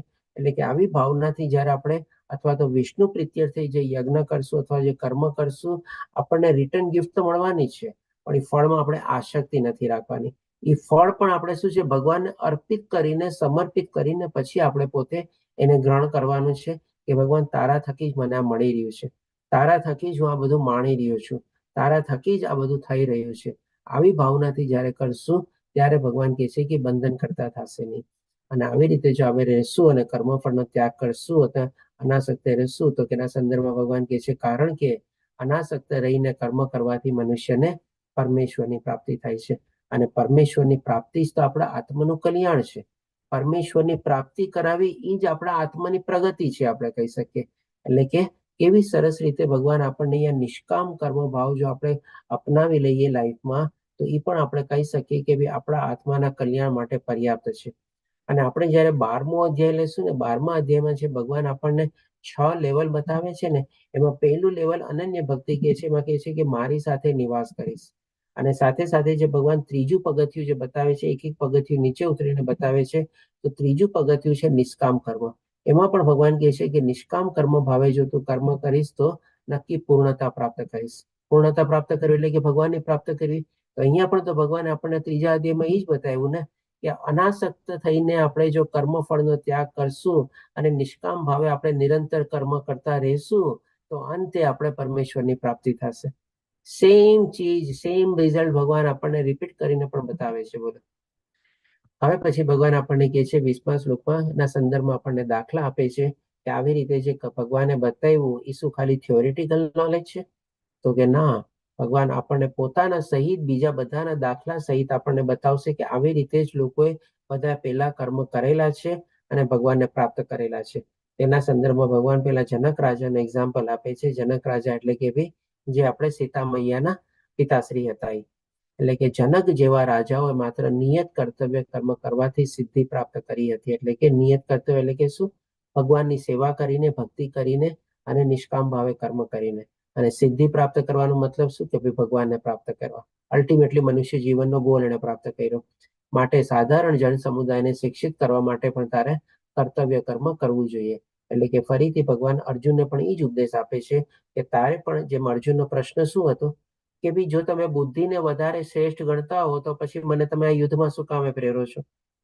અને પછી બીજો પ્રશ્ન શું હતો કે ભાઈ આપણા દ્વિઅર્થોથી મારી મતિ મૂંઝાઈ ગઈ છે, મારા માટે હિતાવો હોય મને તમે બતાવો.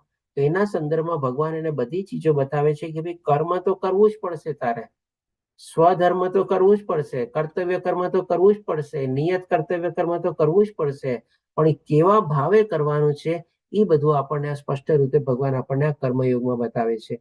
એટલે કે આ બધું સમજાવીને ભગવાન હવે દાખલો આપીને કહે છે કે ભાઈ હવે તારે પણ આવનારી પ્રજા માટે તારે તારું કર્તવ્ય કર્મ તો કરવું જ પડશે, નહીં તો કોઈ તને આવો પ્રસિદ્ધ અથવા તો સિદ્ધિ પામેલો યોદ્ધા નહીં ગણે તમારે, અથવા તો તારી આપણે કહીએ ને દુર્ગતિ થશે આપણે. એટલે કે ભગવાન કહે છે કે ભાઈ તારે કર્તવ્ય કર્મ કરવું જોઈએ. અર્જુનને એવી રીતે બતાવે છે. હવે આ શું કામે કરવું જોઈએ એના સંદર્ભમાં પણ ભગવાન બતાવે છે 21મા શ્લોકમાં કે મહાપુરુષ જે આચરણ કરે છે તેનું અનુસરણ સામાન્ય માણસો કરે છે, અને ઉદાહરણ રૂપ આચરણ દ્વારા તે જે આદર્શ પ્રસ્થાપિત કરે છે તેનું સમગ્ર જગત અનુસરણ કરે છે.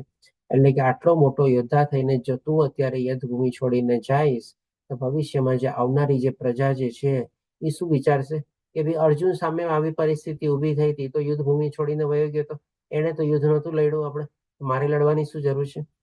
એટલા માટે કહે છે કે ભાઈ આજે આટલી મોટી સિદ્ધિ પ્રાપ્ત થઈને જે તે કરેલું છે તારે તારું કર્તવ્ય કર્મ કરવું જરૂરી છે કે જેથી કરીને આવનારી જે પ્રજા છે એ તારું અનુસરણ કરે, તને ફોલો કરે, તને આદર્શ માને. આપણે જેમ કે લાઈફમાં બધાને એક એક પોતાના આઈડિયલ હોય છે ને, જેમ કે માની લો કોઈકને બહુ મોટું ક્રિકેટર બનવું હોય, બેટ્સમેન બનવું હોય, તો એ શું કરે? એ કે ભાઈ મેં તો સચિન તેંડુલકરને મારો આઈડિયલ બનાવ્યો છે, મારે એના જેવો ક્રિકેટર થવું છે. કોઈને બિઝનેસમાં બહુ સફળતાને પ્રાપ્ત કરવી હોય તો કોઈ કહ્યું છે મારે તો ધીરુભાઈ અંબાણી જેવી પ્રગતિ કરવી છે, શૂન્યમાંથી બધું સર્જન મારે કરવું છે. આપણે એને પોતાના આઈડિયલ માને. કોઈ બહુ સુંદર હોય અને માની લો એને કોઈ એવું હિરોઈનને બનવું હોય તો કે ને કે મારી તો આ હિરોઈન મારી આઈડિયલ છે. એટલે કે બધા આપણે જીવનમાં પોતપોતાને જેમ જેમ પ્રમાણે જેમાં આગળ વધવું હોય આપણે કેમ આઈડિયલ બનાવીએ. આવી જ રીતે ભગવાન પણ કહે છે કે જે આદર્શ એવું પ્રસ્થાપિત કરવાનું છે તારે કે લોકો તને આઈડિયલ બને અને તને ફોલો કરે તારે. પછી ભગવાન આપણને 22મા શ્લોકમાં કહે છે કે હે પૃથા પુત્ર, ત્રણેય લોકમાં મારા માટે કોઈ પણ કર્મ નિયત કરેલ નથી. ભગવાન પોતાનો દાખલો આપીને સમજાવે છે અર્જુનને. મને કોઈ વસ્તુનો અભાવ નથી કે નથી મારે કોઈ કશું મેળવવાની જરૂરિયાત, તેમ છતાં હું નિયત કર્તવ્ય કર્મ કરવામાં કાર્યરત રહું છું. ભગવાન પણ જયારે અવતરિત થયા અને પ્રગટ થયા, નાનપણથી લઈને જ્યાં સુધી એમને પોતાનો દેહ ન છોડ્યો, એટલે કે જે આધ્યાત્મિક દિવ્ય દેહ હતો આપણે દિવ્ય દેહ પણ ન છોડ્યો, ત્યાં સુધી એને બધા કાર્યોમાં પોતે પ્રવૃત્ત થયેલા હતા. આપણે કહી શકીએ કે ઉંમર પ્રમાણે પણ કાર્યમાં પ્રવૃત્ત થયેલા હતા, સ્વભાવ પ્રમાણે પણ કાર્યમાં પ્રવૃત્ત થયેલા હતા અને ગુણધર્મ પ્રમાણે પણ કાર્યમાં પ્રવૃત્ત થયેલા હતા. કેમ કે ઉંમર પ્રમાણે આપણે લઈએ તો નાનપણમાં એને બાળક તરીકે માતાને પજવી વાત આવી. નાનપણમાં બાળક તરીકે પણ એમણે અલગ અલગ એના ગોપ બાળકો સાથે પોતે રમવા જતા, ખેલકૂદ કરતા, બધું કરતા. મોટા થઈને પોતે પણ સાંદીપની ઋષિમાં જઈને એમણે જ્ઞાન મેળવ્યું અને પછી એમણે પણ પોતાના ક્ષત્રિય ધર્મ એટલે કે આગળ વધીને પોતે પણ જ્યારે દ્વારકા નગરીના રાજા બન્યા ત્યારે પ્રજાજનોનું સરસ રીતે પાલન પોષણ કર્યું. પ્રજાજનો ઘણી સુખી હતી અને અલગ અલગ કહીને કે બ્રાહ્મણ, વૈશ્ય, શૂદ્ર એના સંદર્ભમાં પણ આપણે જોઈએ તો કે બ્રાહ્મણ તરીકે પણ ભગવાને ભગવદ્ ગીતાનું આપણને જ્ઞાન આપ્યું, વેદોનું ને બધાનું જ્ઞાન આપ્યું આપણને અર્જુનના મારફત દ્વારા. આપણે ક્ષત્રિય તરીકે બધા અસુરોનો વધ કર્યો આપણે. પછી આપણે જોઈ શકીએ કે શૂદ્ર તરીકે પણ એમણે ભગવાનના જે યુધિષ્ઠિર મહારાજે બધા યજ્ઞ આરંભ્યા હતા એમાં પણ પોતે કહીએ કે બધાને પીરસવાની અથવા તો બધાના ચરણ ધોવાની પોતે સેવા આપેલી હતી. એટલે કે ઉંમર પ્રમાણે, ગુણધર્મ પ્રમાણે અને વર્ણાશ્રમ પ્રમાણે પણ બધા કાર્યો એમણે બધા કરેલા છે. તમારે એમને પણ પરિવાર હતો, એમને પણ બાળકો હતા, બધા હતા. એટલે છતાં પણ ભગવાન આપણને અહીંયા બતાવે છે કે આ ત્રણેય લોકમાં ભગવાન માટે તો કોઈ કર્મ નિયત જ નથી ને. ભગવાન તો જે ચાહે બધા કર્મમાં પોતે પ્રવૃત્ત થઈ શકે અને બધા કાર્યો કરી પણ શકે. અને ભગવાન પાસે તો બધો ઐશ્વર્ય છે. કેવો ભગવાન પાસે કેટલા પ્રકારનો ઐશ્વર્ય છે આપણે પેલા અધ્યાયમાં લીધેલું હતું. સુંદરતા, સમૃદ્ધિ, ખ્યાતિ, શક્તિ, જ્ઞાન અને ત્યાગ. બરોબર, સરસ. ધન્યવાદ અક્ષય પ્રભુજી. જો ઇન્સ્ટન્ટ જવાબ મળી જાય આપણને, આપણે એકદમ રેડી રહેવાના છે આપણે કહીએ ને તો. એટલે કે ભગવાન પાસે તો કોઈ ચીજનો અભાવ જ નથી ને. પરાશર મુનિએ જ કીધેલું કે સંપૂર્ણ માત્રામાં ભગવાન પાસે રહેલું છે. તો પછી ભગવાન એટલા જ માટે તો કે છે કે નથી મારે કશું મેળવવાની જરૂર. ભગવાન પાસે કોઈ ચીજની કમી હોય તો ભગવાનને કઈ ચીજની જરૂર પડે ને. તેમ છતાં પણ ભગવાન કહે છે કે મેં બધા નિયત કર્તવ્ય કર્મ કરેલા છે. હજી આગળ ભગવાન હવે આપણને 26મા શ્લોકમાં બતાવે છે કે વિદ્વાન મનુષ્ય સકામ કર્મોમાં આસક્ત એવા અજ્ઞાની લોકોના મનને વિચલિત કરવા જોઈએ નહીં. ટાઈમ થઈ ગયો છે, 2-5 મિનિટ લઈશ આપણે, બસ 4 કે 5 શ્લોક બાકી છે આપણે. અજ્ઞાની લોકોના મનને વિચલિત કરવા જોઈએ નહીં, તેમને કર્મનો ત્યાગ કરવા માટે પ્રોત્સાહન આપવું જોઈએ નહીં, પરંતુ ભક્તિભાવપૂર્વક કર્મમાં વ્યસ્ત રહેવા પ્રેરણા આપવી જોઈએ કે જેથી ધીરે ધીરે કૃષ્ણ ભાવનામૃતનો વિકાસ થઈ શકે. પણ એકચ્યુઅલી જો ભગવાને જે પ્રમાણે અર્જુનને બતાવ્યું, બધાને તો આવું જ્ઞાન પ્રાપ્ત થતું નથી. આપણે નોર્મલી આપણી સામે બધા કેવા વ્યક્તિ લોકોને જોઈએ છે કે જે ખાલી કહીએ ને કે પોતાના શરીર સુખ અને ઇન્દ્રિય સુખમાં પ્રવૃત્ત થયેલા હોય છે, ગધેડાની જેમ કામ કરે છે. ભલે સારા કાર્યો જ કરતા હશે, ખોટા કાર્ય નહીં કરતા હશે, ખરાબ કાર્યો નહીં કરતા હશે, પણ આપણે એને ક્યારેક કહીએ કે ભાઈ આ બધું જ્ઞાન મેળવવું જોઈએ, આમાં પ્રવૃત્ત થવું જોઈએ, ભગવાનને થોડોક સમય આપવો જોઈએ, ત્યારે આપણને બધા શું કે એના માટે હમણાં મારે પાસે ટાઈમ નથી, હમણાં મને એના માટે વિચારવાનો જરાય સમય નથી, એ બધું જયારે ટાઈમ આવશે ને ત્યારે કરી લઈશ. કોને ખબર છે ક્યારો ટાઈમ કોને ક્યારે આવવાનો છે, કોની ક્યારે ટિકિટ કપાવવાની છે, કોઈને ખબર છે આપણને? તો પછી ક્યારે કેમ આપણે કહી શકીએ કે ભાઈ એના માટે આપણે વૃદ્ધાવસ્થામાં જઈને કરશું, રિટાયર થશું ત્યારે એ બધું કરવાનું છે, ત્યારે એમાં ટાઈમ આપશું બધું આપણે. એટલે કે આના સંદર્ભમાં ભગવાન આપણને એ બતાવે છે કે જે લોકો આવી રીતે ઇન્દ્રિય તૃપ્તિ, શરીર સુખમાં પ્રવૃત્ત થયેલા હોય, એટલે કે એમાં જ આસક્તિ રાખીને કાર્યમાં પ્રવૃત્ત થયેલા હોય, તો તમે એને રાતોરાત ચેન્જ નહીં કરી શકો. એટલે કે તમે એને કહેશો આ બધું છોડ અને આમાં પ્રવૃત્ત થા, નહીં થઈ શકે. અને ભગવાન ના પણ પાડે છે કે નહીં કરવાનું, પણ કરવાનું છે શું? એટલે કે છે પરંતુ ભક્તિભાવ પૂર્વક કરવામાં વ્યસ્ત રહેવા પ્રેરણા, એટલે કે આસ્તે આસ્તે આપણે કહેવાનું છે. જેમ કે આપણે સાથે અત્યારે ઘણા બધા ભક્તો છે કે જે પહેલી વાર આપણે જોડાયેલા છે. આપણે જયારે સ્ટાર્ટિંગમાં પહેલા દિવસે બધાનું ઇન્ટ્રોડક્શન લીધું ત્યારે બધાએ શું કીધું, મને મારા કોઈ કે આ રિલેટિવે આ લિંક મોકલાવી, મને કોઈ કે આમ કીધું, ઘણા વખતથી ઈચ્છા હતી, પ્રભુ જોઈન કરવાની ઈચ્છા હતી, આ વખતે થઈ ગયું, આવી રીતે થયું તમારે. તો ડેફિનેટલી આપણે શું છે, બધાને આસ્તે આસ્તે પ્રેરણા આપવાની છે. આપણે રાતોરાત કોઈને ચેન્જ નથી કરી શકવાની. એવા નાના બાળકને પણ આપણે કહેશું ને કે ભાઈ બેટા આમ નહીં કરતો, એ પેલા એ જ ચીજ કરશે તમારે. તમે એને કહેશો ને કે વા નહીં જાતો ને અહીંયા જાશે, એ પેલા જ્યાં ના પાડી છે ને ત્યાં જ જશે ને પછી અહીંયા જશે તમારી. એટલે કે કોઈ માનવાનું તો છે જ નહીં તમારે. એટલે કે એના સંદર્ભમાં આપણે આસ્તે આસ્તે આસ્તે કરવાનું છે કે જેથી કરીને ધીરે ધીરે આ માર્ગમાં પોતે પ્રવૃત્ત થાય આપણે. કારણ કે એમાં જે પોતે કરતો હોય એમાં સદંતર રીતે ના પાડીને આમાં તમે પ્રવૃત્ત થવાનું કહેશો, કદાચ એની અવળી અસર પણ પડે તમારે, અને અવળી અસર પડે ત્યારે ઓર નુકસાનદાયક થાય તમારે. એના કરતા બેટર છે કે જે કરતો એને કરવા દેવાનું, પણ થોડો થોડો ડોઝ આપવાનો. જેમ આપણે કહે ને કે પાથીએ તેલ રેડવાનું, એવી રીતે આસ્તે આસ્તે એને સમજાવવાની કોશિશ કરવાની, પ્રેરણા આપવાની અથવા મોટિવેટ કરવાનું. હવે 27મા શ્લોકમાં ભગવાન આપણને કર્મના સંદર્ભમાં એક બહુ મહત્વની ચીજ બતાવે છે કે જીવ મિથ્યા અહંકારના પ્રભાવથી મોહગ્રસ્ત થઈને પોતાની જાતને સમગ્ર કાર્યનો કર્તા માની લે છે, પણ હકીકતમાં ભૌતિક પ્રકૃતિના 3 ગુણો દ્વારા તે થતા હોય છે. આના સંદર્ભમાં તમે જોજો ગઈકાલના અધ્યાયમાં જે આપણે બીજા અધ્યાયનો 47મો શ્લોક લીધો હતો ને, કર્મણીય વાધિકારસ્તે મા ફલેષુ કદાચિન, જેમાં ભગવાન અર્જુનને કહે છે ને કે તને તારા ગાંડીવ ઉપર અધિકાર છે, તને તારા ધનુષ ઉપર અધિકાર છે, તને તારા જ્ઞાન ઉપર અધિકાર છે, પણ તને તારા કર્મના ફળ ઉપર અધિકાર નથી. તો એ શ્લોકને અને આ શ્લોકને પણ આપણે સારી રીતે કે ને કે એકબીજાની સાથે આપણે કનેક્ટ કરીને સમજી શકીએ. કારણ કે એના સંદર્ભમાં આપણે શું જાણ્યા હતા, એક નાના બાળકનો આપણે એક્ઝામ્પલ લીધેલો હતો કે છત ઉપરથી પડી જાય તો એનું મૃત્યુ થાય કે ન થાય, અલગ અલગ આપણે સ્થિતિ વર્ણવી હતી. એટલે કે જરૂરી નથી કે અર્જુન બાણ છોડશે તો સામેવાળો મળી જશે, અને અર્જુન પોતાને કરતા માની લેશે કે જો મારા બાણથી મૃત્યુ પામ્યો તમારે. તો એ જ ભગવાને ત્યારે પણ સમજાવ્યું હતું, અને અહીંયા પણ ભગવાન આપણને એ જ બતાવે છે કે આપણે જે કાંઈ પણ કાર્યમાં પ્રવૃત્ત થઈએ છીએ ને, આપણને થોડી ઘણી સફળતાને પ્રાપ્ત થાય ત્યારે આપણે શું સમજી બેસીએ છીએ, આ કાર્ય મારા કારણે થયું, મેં આટલી મહેનત કરીને એટલે મને આટલી સફળતા પ્રાપ્ત થઈ, મારા કારણે તો આ કામ થવાનું જ નથી, મારા કામ વગર તો આ કામ આગળ જ ન વધી શકત. આવો જે કરતા ભાવ આવી જાય છે ને, એનાથી આપણને અહંકાર પણ આવે છે, અથવા તો અહંકારથી જ કરતા ભાવ આવે છે, અને સફળતા મળે છે ત્યારે પાછો કરતા ભાવ આવે છે, અને ફરીથી પાછો આપણો અહંકાર ઓર પોસાય છે. એટલે કે કહીને કે આપણે વિશિયસ સર્કલની જેમ આખું ચાલ્યા કરે છે આપણે, કે ભાઈ પહેલા આપણે મહેનત કરીએ ઈચ્છા મેળવવાના સંદર્ભથી, અને એમાં આપણને સફળતા મળે એટલે આપણે પોતાને કરતા માનીએ એટલે અહંકાર વધે, અને અહંકાર વધે એટલે કે ફરીથી પાછી આપણી બીજી કોઈ ઈચ્છા ને બધું જાગૃત થાય. એટલે કે એક સર્કલ પ્રમાણે ચાલ્યા કરે છે. એના સંદર્ભમાં ભગવાન આપણને બતાવે છે કે ભાઈ આપણે પોતાની જાતને જે કરતા માનીએ છીએ સદંતર ખોટું માનીએ છીએ. હકીકતમાં એની પાછળનું કારણ શું છે? હકીકતમાં એનું પાછળનું કારણ જે ભગવાન કહે છે ને કે પણ હકીકતમાં ભૌતિક પ્રકૃતિના 3 ગુણો દ્વારા તે થતું હોય છે. આ બધી જે ત્રિગુણી માયા છે ને, એ આપણને બધી ચીજોમાં કરાવે છે, આપણે કહી શકીએ.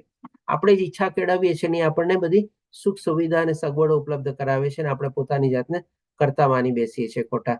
આવી રીતે ભગવાન આપણને બતાવે છે કે આપણે પોતાની જાતને કરતા ક્યારેય ન માનવો જોઈએ. આપણે નથી કરતા, આપણે નથી સ્વામી, કે નથી આપણે ભોગતા. આ 3 ચીજ આપણે એકદમ સ્પષ્ટ સમજી લેવી જોઈએ. હવે પછી અર્જુનનો પ્રશ્ન આવે છે 36મા શ્લોકમાં.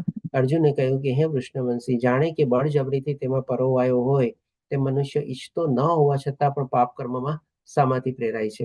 એટલે કે ઘણીવાર આપણે જાણીએ છીએ કે જાણતા અજાણતા આપણે કોઈક એવા ખોટા કાર્ય અથવા પાપ કર્મમાં પ્રવૃત્ત થઈ જઈએ છીએ. આના સંદર્ભમાં ભગવાન જવાબ આપીને સમજાવે છે 37મા શ્લોકમાં. આનું કારણ શું છે? આનું કારણ તો કેવી ઈચ્છા અથવા કામ છે. તો પૂર્ણ પુરુષોત્તમ પરમેશ્વર બોલ્યા, હે અર્જુન, આનું કારણ રજોગુણથી ઉત્પન્ન થયેલ કામ જ છે. અહીંયા પણ જો એની પાછળનો સ્ત્રોત શું છે, તો કે ભાઈ રજોગુણમાંથી જ ઉત્પન્ન થાય છે આ કામ, ઈચ્છા, અને બધી આપણે અલગ અલગ ચીજ વસ્તુને પ્રાપ્ત કરવી, માણસને પ્રાપ્ત કરવું, જગ્યાને પ્રાપ્ત કરવી, બધી આ બધી જે ઈચ્છાનો સ્ત્રોત શું, તો કે રજોગુણ જ થયું. એટલે કે એની પાછળ ત્રિગુણી માયાનો પ્રભાવ તો રહેલો જ હોય છે. અને જે પછીથી ક્રોધનું રૂપ ધારણ કરે છે, એટલે કે કેવી રીતે ક્રોધનું રૂપ ધારણ કરે છે, જે ભગવાન આપણને ગઈકાલે 62 અને 63મા શ્લોકમાં બતાવ્યું. જેટલું ચિંતન કરીએ એટલી આપણી પ્રીતિ બંધાય, અને જેટલી પ્રીતિ બંધાય એને પ્રાપ્ત કરવાની આપણે કોશિશ કરીએ અથવા તો કાર્યરત થઈએ, અને સફળતા મળે તો ઠીક છે, ન સફળતા મળે તો પછી શું સર્કલ ચાલે છે આખું, ભ્રાંતિ થાય, પછી આપણે યાદ શક્તિનું વિસ્મરણ થાય, અને કેવી આપણી બુદ્ધિનો વિનાશ થાય બધું ભગવાને આપણને બતાવ્યું હતું.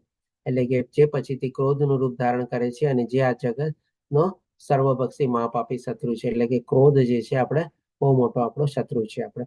હવે આ જે ક્રોધ ક્યાં અને કેવી રીતે માત્રામાં ઉત્પન્ન થાય છે એ પણ ભગવાન આપણને 38મા શ્લોકમાં ને બધું બતાવે છે કે જેવી રીતે અગ્નિ ધુમાડાથી, દર્પણ ધૂળથી તથા ભ્રૂણ ગર્ભાશયથી આવૃત રહે છે તેવી રીતે જીવાત્મા આ કામ વડે વિભિન્ન માત્રામાં આવૃત રહે છે. આપણો જે જીવાત્મા છે આપણે 4 મેઇન પ્રકારની આપણે મલિનતા કહી શકીએ જેનાથી આપણે આવૃત થયેલો હોય છે. આપણે ઈર્ષા, દ્વેષ, અહંકાર અને ક્રોધ આપણે કહી શકીએ કે સૌથી મોટામાં મોટી મલિનતા છે. અને અહીંયા જે ભગવાન આપણને 3 એક્ઝામ્પલ આપીને બતાવે છે, આ 3 એક્ઝામ્પલ આપણે થોડા ડિટેલમાં ઓર લેવલ 2માં આપણે સમજશું કે આ કેવી રીતે અલગ અલગ આપણને પ્રસ્થાપિત કરે છે. આ જે પહેલી જે સ્થિતિ છે આપણે ગર્ભાશયનો જે ભગવાન એક્ઝામ્પલ આપે છે આપણે વૃક્ષોનું જીવન છે. જેમ ગર્ભમાં રહીને એક બાળક કેવી રીતે વિકસિત થતો હોય છે એવી રીતે કોઈ પણ વૃક્ષ એક જગ્યાએ રહીને જ પોતે વિકાસ પામતો હોય છે. અને આ જે આપણે દર્પણનો એક્ઝામ્પલ ભગવાન આપણને બતાવે છે એ આપણે પ્રાણીનું જીવન છે આપણે. અને આ જે છે અગ્નિનો જે એક્ઝામ્પલ ભગવાન બતાવે છે ધુમાડાનો, એ આપણે મનુષ્ય જીવન છે. એટલે કે આપણો જે આત્મા જે છે આવી રીતે અલગ અલગ આપણી ઈચ્છાઓથી આવૃત થયેલો હોય છે. કેટલા હદ સુધી અને કેવી રીતે આવૃત થયેલો છે એના ઉપર ડિપેન્ડ કરે છે કે ભાઈ આપણે કેવું જીવન જીવીએ છીએ તમારે. તો એ પણ આપણે એના સંદર્ભમાં આજે આપણે એક લાસ્ટ સ્લાઇડમાં સમજશું કે જે ભગવાને આપણને 3 એક્ઝામ્પલ આપીને બતાવે છે આપણે પણ કેવું જીવન જીવીએ છીએ. અહીંયા પહેલા ભગવાન 40મા શ્લોકમાં આપણને બતાવે છે કે આ જે કામ જે છે અથવા જે ઈચ્છા જે છે એના બધા નિવાસ સ્થાનો ક્યાં છે. તો કે ઇન્દ્રિયો, મન તથા બુદ્ધિ એ કામના નિવાસ સ્થાનો છે. તેમના દ્વારા આ કામ જીવાત્માના વાસ્તવિક જ્ઞાનને ઢાંકી દે છે અને તેને મોહિત કરે છે. એટલે કે પહેલા ભગવાને જે આપણને જીવાત્મા કેવી રીતે આવૃત થયેલો છે એ બતાવ્યો, અને હવે અહીંયા જે આપણો આત્મા આવૃત થઈ જાય છે એટલે કે આપણી આત્માનો જે મેઇન સ્વભાવ છે ભગવાનનો દાસ બનીને રહેવાનો, અને એ જ આપણું સાચું જ્ઞાન છે. પણ એ આપણા વાસ્તવિક જ્ઞાનને ઢાંકી દે છે. અને એના ઢાંકવાના આવરણ રૂપે શું આવે છે તો કે આ જે બધા મન, બુદ્ધિ અને ઇન્દ્રિયો જે છે એ બધા આપણી જે ઈચ્છા જે ભગવાને બતાવ્યું રજોગુણમાંથી ઉત્પન્ન થયેલો કામ જ એનું મૂળ કારણ છે કે જેનાથી આપણે પાપ કર્મમાં પ્રવૃત્ત થઈએ છીએ. તો એ કામ ક્યાં રહેલો છે અથવા તો એના રહેઠાણ સ્થાન અથવા તો નિવાસ સ્થાન બતાવે છે ભગવાન ક્યાં, તો કે ઇન્દ્રિય, મન અને બુદ્ધિ. અને આ ઇન્દ્રિયો, મન અને બુદ્ધિ આપણા વાસ્તવિક જ્ઞાન એટલે કે આત્મજ્ઞાનને આપણે ઢાંકી દઈએ છીએ. અને આ આત્મજ્ઞાન ઢાંકવાના કારણે આપણી જે જીવાત્મા જે છે એ અલગ અલગ રીતે કેવી રીતે આવૃત થઈ જાય છે એ આપણને ભગવાને આ સરસ મજાના 38, 40 ને બધા શ્લોકમાં આપણને બતાવ્યું. હવે આપણે જોઈએ કે ભાઈ અંતમાં એનો સોલ્યુશન રૂપે શું કરવું. શું હવે આપણે ઈચ્છા તો થાય છે બધું. તો 41મા શ્લોકમાં આપણને સોલ્યુશન બતાવે છે. એટલા માટે કહે છે, માટે હે ભરતવંશીમાં શ્રેષ્ઠ અર્જુન, શરૂઆતમાં જ ઇન્દ્રિયનું નિયમન કરીને પાપના આ મહાન પ્રતિકામનું દમન કર અને જ્ઞાન તથા આત્મ સાક્ષાત્કારનો વિનાશ કરતાનો વધ કર. એટલે કે આપણા મન અને ઇન્દ્રિયોમાં જે બધા નિવાસ સ્થાનો છે આ બધા કામ અથવા ઈચ્છાના શરૂઆતમાં જ એટલે કે ભાઈ જાયગા ત્યારથી સૈવાર. અને બીજો મિનિંગ શરૂઆત એટલે કે ભાઈ આપણે આપણી આવનારી જે પ્રજા જે છે, બાળકો જે છે એને પણ આ જ્ઞાનમાં આપણે આસ્તે આસ્તે એમાં પ્રવૃત્ત થતા આપણે શીખવાડવું જોઈએ. અને શું કરવાનું પછી આપણે, તો કે ભાઈ આત્મ સાક્ષાત્કારનો આપણે જે જ્ઞાન જે છે એમાં આપણે આગળ વધવાનું, નહીં કે ભાઈ એનો જે આપણે વિનાશ કરતા એટલે કે આ બધા ઈચ્છાઓમાં જ આપણે અથવા તો કામમાં જ આપણે ફસાયેલા રહેવાનું તમારે. પછી ભગવાન આપણને 42મા શ્લોકમાં આનું લેવલ તરીકે બતાવે છે કે ભાઈ આને આપણે સફળતામાં કેવી રીતે પ્રાપ્ત કરી શકીએ. શરૂઆતમાં જ ઇન્દ્રિયનું દમન કરવાનું, તેને કેવી રીતે કરવાનું. જેમ કે ઇન્દ્રિયોના સ્થાન તો આપણને ભગવાને ઇન્દ્રિયો બતાવી દીધા, આપણને મન બતાવી દીધું, બુદ્ધિ બતાવી દીધું. તો આને ક્યાંથી આપણે શરૂઆત કરવું. એટલે આપણે આટલા બધા શત્રુઓ છે આપણા, કયા શત્રુને પહેલા મારવો, કોને ત્યાં પહેલા આપણે જવું. તો એ ભગવાન હવે આપણને બતાવે છે 42મા શ્લોકમાં કે કર્મેન્દ્રિયો જળ પદાર્થ કરતા ચડિયાતી છે. એટલે કે આજે જળ પદાર્થ જે આપણને બધા જે મોહ, માયા, આકર્ષણ બધું દેખાય છે બધું એક જાતનું જળ પદાર્થ છે ને. મોબાઈલ લેવો, ગાડી લેવું, ઘર લેવો, બધા જળ પદાર્થ જ છે ને આમ જોવા જાવ તો. એના કરતા કર્મેન્દ્રિયો ચડિયાતી છે. કર્મેન્દ્રિયો એટલે કે આપણા હાથ, પગ, આપણે જીભ ને બધાથી જેનાથી આપણે કર્મ કરીએ છીએ. અને કર્મેન્દ્રિયો કરતા પણ ચડિયાતું શું છે? મન આપણે ચડિયાતી છે. અને બુદ્ધિ જે છે મન કરતા પણ ચડિયાતી છે. એટલે શરૂઆત ક્યાંથી કરવાની? શરૂઆત તો કે કરવાની ભાઈ આપણે બુદ્ધિથી. એટલે કે આસ્તે આસ્તે આપણે આ જ્ઞાન કેળવીને આપણે કર્મેન્દ્રિયો અને જ્ઞાનેન્દ્રિયો ઉપર આપણે વશ મેળવવાનો, એના ઉપર કાબુ મેળવવાનો, એના અંદર જે બધી ઈચ્છાઓ રહેલી છે એને વશમાં રાખવાની, પોતાના નિયંત્રણ હેઠળ રાખવાની. અને તે આત્મા બુદ્ધિથી પણ વધુ શ્રેષ્ઠ છે. કોના માટે? તો કે ભાઈ આપણા આત્માના કલ્યાણ માટે. આવી રીતે ભગવાન આપણને ક્યાંથી શરૂઆત કરવી એ પણ આપણને બતાવે છે, અને શરૂઆત કરીને આપણે કેવી રીતે આગળ વધવું આ આપણે કામને અથવા તો આપણા કહીને કે બીજી ઈચ્છાઓ જે છે એને નિયંત્રણ રાખવા માટે. તો હવે આપણે આના સંદર્ભમાં આપણે જોઈ લઈએ કે ભાઈ આપણે પણ કેવું જીવન જીવીએ છીએ. આજે આપણે 5 પ્રકારના જે ઇન્દ્રિયોના ઘોડા છે એને આપણે કાબુમાં રાખવા હોય તો આપણે પહેલા મનને ટ્રેન કરવાનું, અને મનમાંથી પછી આપણે બુદ્ધિ એટલે કે આજે આપણી બુદ્ધિ જે છે સૌથી પહેલા જ્ઞાન કેળવવાનું, અને એના સંદર્ભમાં આપણે આપણા આત્માનો આપણે કલ્યાણ કરવાનું.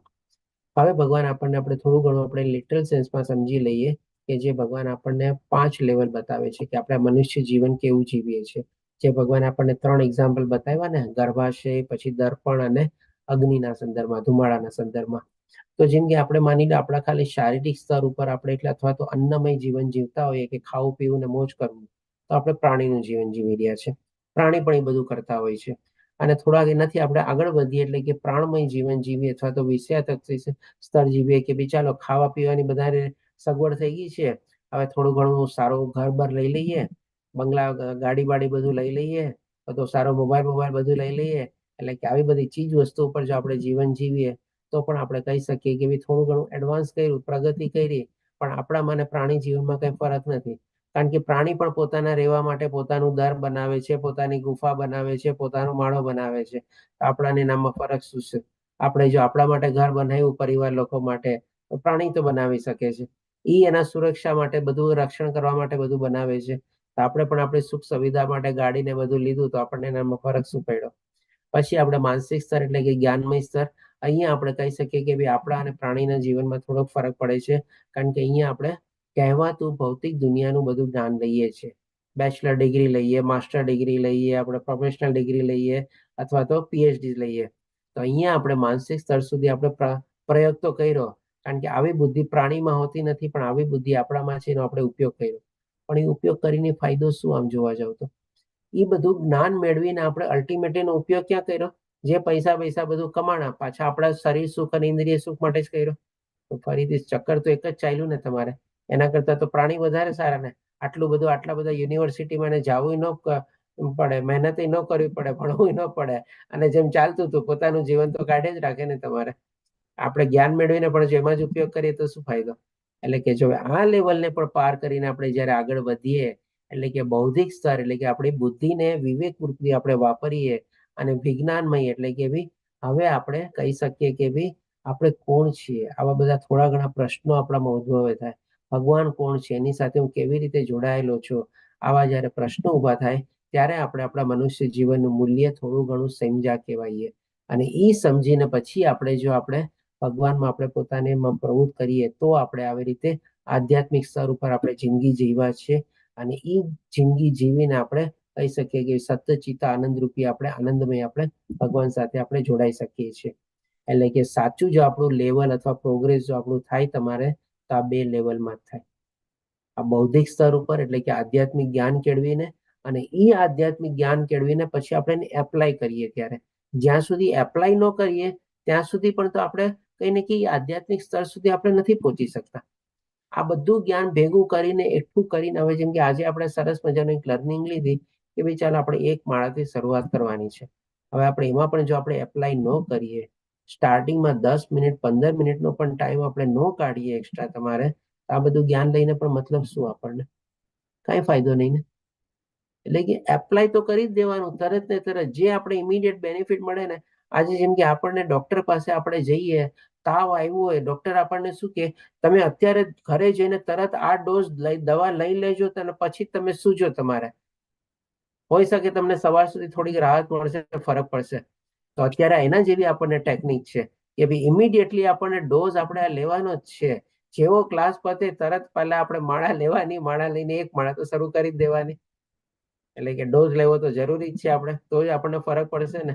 એટલે કે જેમ ડોક્ટર પાસે નીકળીએ તરત આપણે પેલા પ્રેસ્ક્રિપ્શન લઈને દવાના દુકાને જઈએ, આ દવા જે લખી આપી છે આપતો મને. પછી ઘરે જઈને જરાક કપડાં ચેન્જ કરીને લાવ ભાઈ પેલા દવા લઈ લો, ડોક્ટરે કીધું તે તરત લેવાની છે દવા. અને પાછું હજી એમ પણ ક્યારેક ડોક્ટર કહે ઘરે જઈને આ પેલા લઈ લેજો, જઈમાં પછી આ 2 ટેબ્લેટ લેજો, અને રાતના સુતા વખતે આ ટેબ્લેટ લેજો, નક્કી તમને સવારે ફરક પડી જશે. આપણે પણ એ કરી શકીએ. અત્યારે જેવો ક્લાસ પતે તરત ચાલો એક માળા તો કરી લઈએ. ભગવાન માટે હજી ભોગ નથી બનાવ્યો, ચાલો થોડું ઘણું ભોગ પણ બનાવી લઈએ, ભગવાનને ભોગ ધરાવી દઈએ, રાતના સૂતી વખતે પાછી એકવાર માળા કરી લેશું, રેકોર્ડિંગ સાંભળી લેશું, ઇમિડિયેટલી એપ્લાય કરવાનું છે આપણે. હવે આ રીતે આપણે અહીંયા ત્રીજો અધ્યાય કમ્પ્લીટ થાય છે. વાંચા કલ્પતરુભયશ્ચ કૃપા સિંધુભ્યઃ વચ પતિતાનાં પાવનેભ્યો વૈષ્ણવ્યો નમો નમઃ. હરે કૃષ્ણ કૃષ્ણ કૃષ્ણ હરે હરે, હરે રામ રામ રામ હરે હરે. શીલા પ્રભુપાદ કી જય. શ્રી રાધા ગોવિંદ પ્રણામ. તો આના સંદર્ભમાં કોઈને કોઈ પ્રશ્ન હોય તો લઈ શકીએ છીએ. હરે કૃષ્ણ.